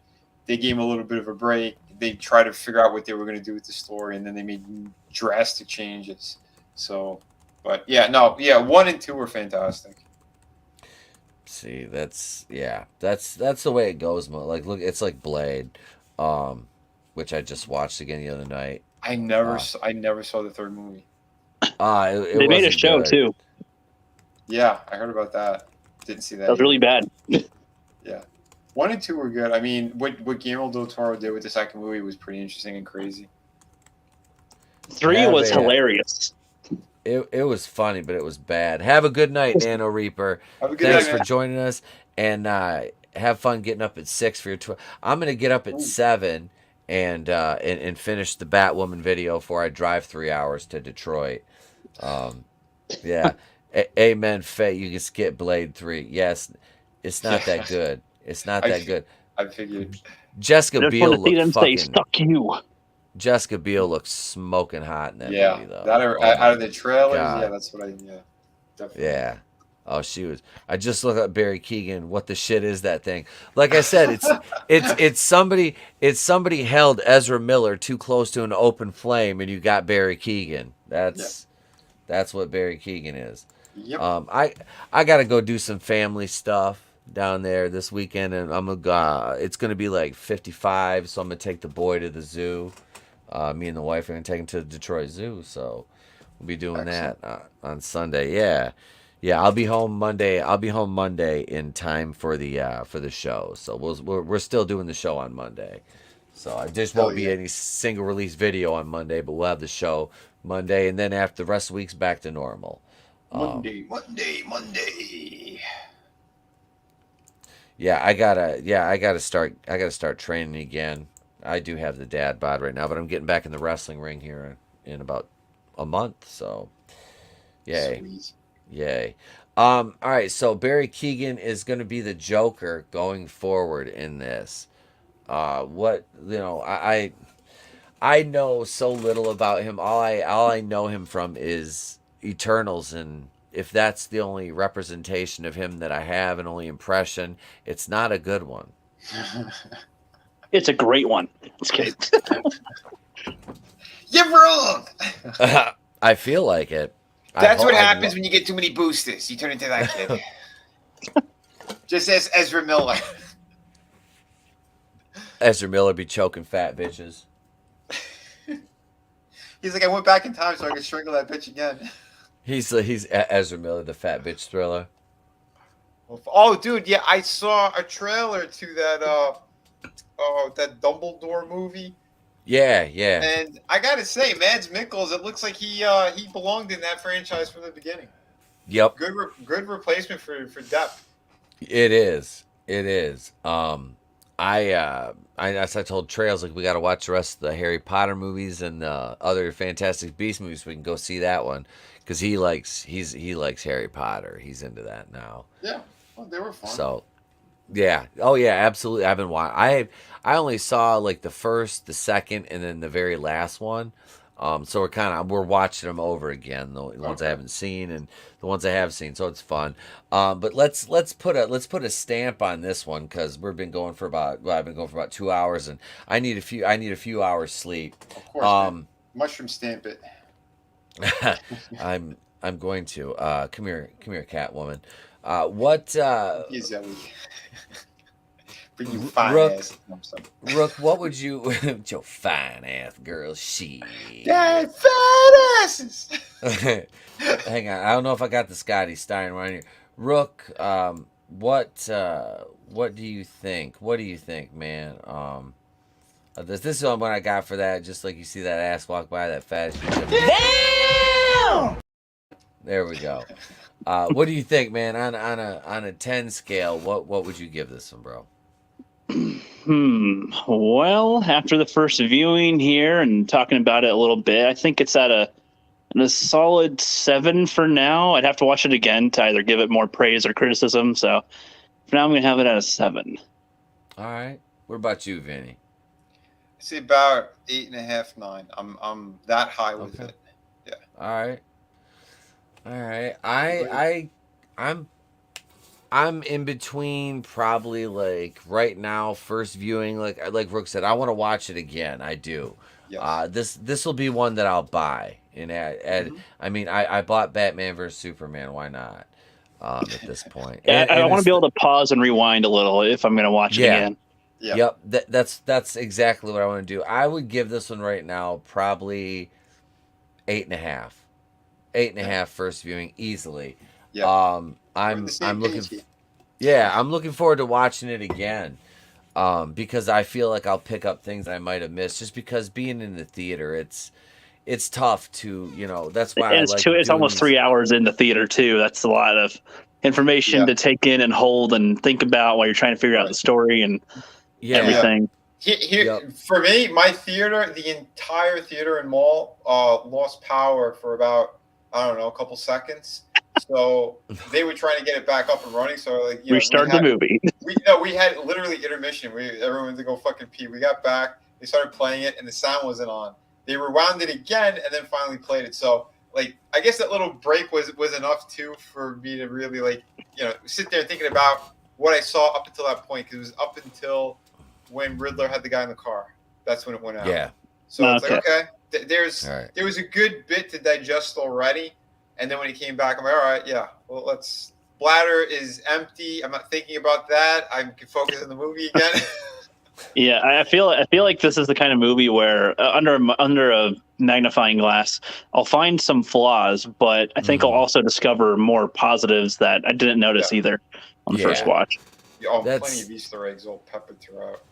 That's kind of where I'm at. And actually, like, the wife wants to go see this, so I might, if it's still playing next weekend, I might take her to go see it next weekend. Oh, it'll definitely be playing next weekend. Well, the theater, if a movie like this, they'll probably keep for 2 or 3 weeks. Right. But it's that mom and pop one. Yeah. Okay. Yeah. It's not a like chain or anything. It's a family owned. It's a cool theater. Yeah, Rook's seen the pictures. Hey, you gotta like vlog yourself while you're there or something. You gotta like show off this cool place, man. I'm gonna talk to the owner, and when I get my new phone that has a better camera on it, that's not broken like my one now, I'm gonna talk to him about getting a tour and have him show me like the booth and everything, and I want to show the whole place, because I love that theater. So that is a theater that's got to be prompted up, man. So that's one that cannot be taken down. That's a good one. Nice. Oh no, that thing's been open since the 40s. So it's not a huge corporation-owned company. I have AMC that took over Cinetopia. Cinetopia was really good when it only had 4 locations before, and AMC, it's like they're fine, I guess, but God, they just have so much crap type of things and weird service, and I don't know. Ever since they took over, I'm annoyed by them very much, and they want you to go see their movies all the time. But I'm like, yeah, if your theater was better, I'd probably do that. But no, like the AMC by me, they really kicked it up, man. They gave you the nice recliners, the big red recliners. They set up a bar in there as well. Dude, yeah. It's like I don't know. I feel like maybe it's the maintenance at mine. Like, at Cinetopia, which was there was only 4 locations. That whole theater was made on trying to make a great adult experience, like excellent chairs, excellent sound, excellent like service. Like there's a Vinnieart, there'd be like a wine restaurant, and you can, alcohol, everything, whole good, you can order in your seat, everything a good meal date with the movie. And now it's like, even the chairs don't seem as clean. The floor, it could use some work. The sound's fine because it's the same stuff from before, but in some theaters I've been in the same theater, like in different rooms, I don't know, some of them don't sound as punchy as they used to. Like it used to be excellent sound. Now I noticed a slight difference because I know they have different speakers now. I think the ones they used before were more expensive. These ones are a little bit cheaper, but it's just like, man, it's a slight decline, but it's a noticeable decline, which I don't like, because I want to pay the higher price for a better quality. Yeah, that is what it is, man.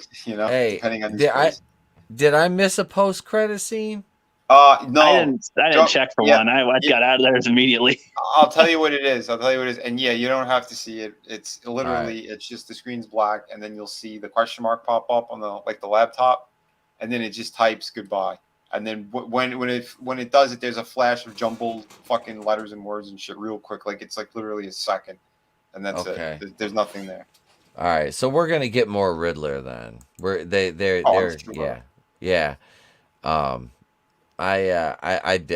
it.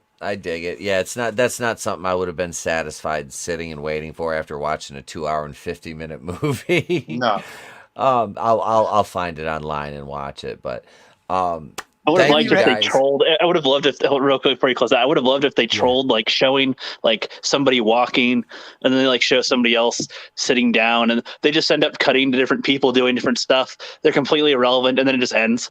Like after like 5 extra minutes of just nothing. It's like a Marvel troll, just on purpose of just, hey, Marvel does that all the time, and no, this is not even a real bait. This is just making you sit here longer. People would have raged if they did that. Yeah, that'd be funny. They would have ripped the seats off and thrown them at the screen. No, dude, they'd be speculating. They'd be like, "Well, is it just a throwaway scene, or is it important? Who was that guy? You know, maybe it's this character, maybe it's that character." And it's like, nope, they're not. They're nothing. But we can speculate. Oh, Stamp God. it, brother. Stamp it. Yep, I got my glasses on. I'm having trouble reading the screen right now. So yeah, thank you everybody in the chat. Chris Fisk, Frankie Knows, Keely Chow, Franchise History TV, Ask the Cheese Gaming, Amen Fate, Nano Reaper. Let's see, Davian Donaldson, Frankie Knows, Glenn Schroeder was here. Manliness and Motivation, and that's as far up as it'll let me go, really. What a dirty hippie. Parrothead Purveyor Memes was here. Yeah, thank you each and every one. Rook, what you got going on, man? Go ahead and do your outro, brother. It's all good. I just got some stuff coming soon, more for the Fandom Collective. I haven't really done much on my own channel lately, but that's all good. Surprises coming soon, I'll just say. All right. Excellent, man. Thank you for joining us, Rook. I appreciate it, bro. No problem. It's fun being on. Good talking with you guys. Oh, yeah, man. Absolutely, sir. And Mr. Vinnie Tartamella, Vinnieart. Hey, guys. Yeah, definitely continue to support my projects if you could. Shadow of the Kraken looks like I'll have it done by middle to end of next month. So, yeah, we're right there. And I can't wait, man. Yeah, I've been working while we're chatting as well. As soon as we came back from the theater, catching up a bit. If you guys missed my stream earlier tonight, yeah, go check it out. I did have a very epic rant around the middle of it. People were pouring in to see that, apparently. So I don't know if that's a good thing or a bad thing. But for me, I'd say it's a good thing because we slapped some nasty people in the face. Let's get back to creating. Let's get back to helping out one another. That's what we should be doing. And if you can't, then stay the fuck away. Don't stalk people. Don't harass people. But yeah, we're putting out good stuff here. We're talking about good things, shit we enjoyed, and we're going to continue having fun. So yeah, if you're on board with that, definitely come check me out. Subscribe to my YouTube channel. I do toy reviews as well. I want to get back to doing some master classes as soon as I'm done with this project and it's fulfilled. And yeah, there's lots more great stuff coming. So stay tuned. Thank you, everybody, everyone in chat, everyone on panel here. You guys rock. Absolutely, man. Excellent. Thank you for joining us, brother. As always, appreciate it. Pleasure. Yeah, so I am I'm off camera because I'm just a hot mess right now. But thank you all for joining us. You can come back Monday night. Oh, wait, before that. Batwoman review will be up tomorrow before I leave for Detroit. That's the series finale. Well, it's season finale. It leaves off on a cliffhanger, but you watch the review. This one's going to be a few minutes longer than the normal. They usually run them about 20 minutes, 21 minutes. This one might be about 27, 28, maybe 30. But yeah, it's fun. It's one of my reviews. You'll enjoy it. Sit through it. Like I said, I'm going balls to the wall with the script on this and the GIFs and stuff I made specifically for this video. Oh, nice. So yeah, I always do. I have little one-offs that I only create for certain videos. So yeah, that you'll have that, and then Monday night we have the show, episode 193 of Monday Night Going Raw. Me, Tony, Vinny Red, the Four Horsemen of Monday Night, maybe even Chris Fisk, maybe even our JJ Dillon, Chris Fisk will be there.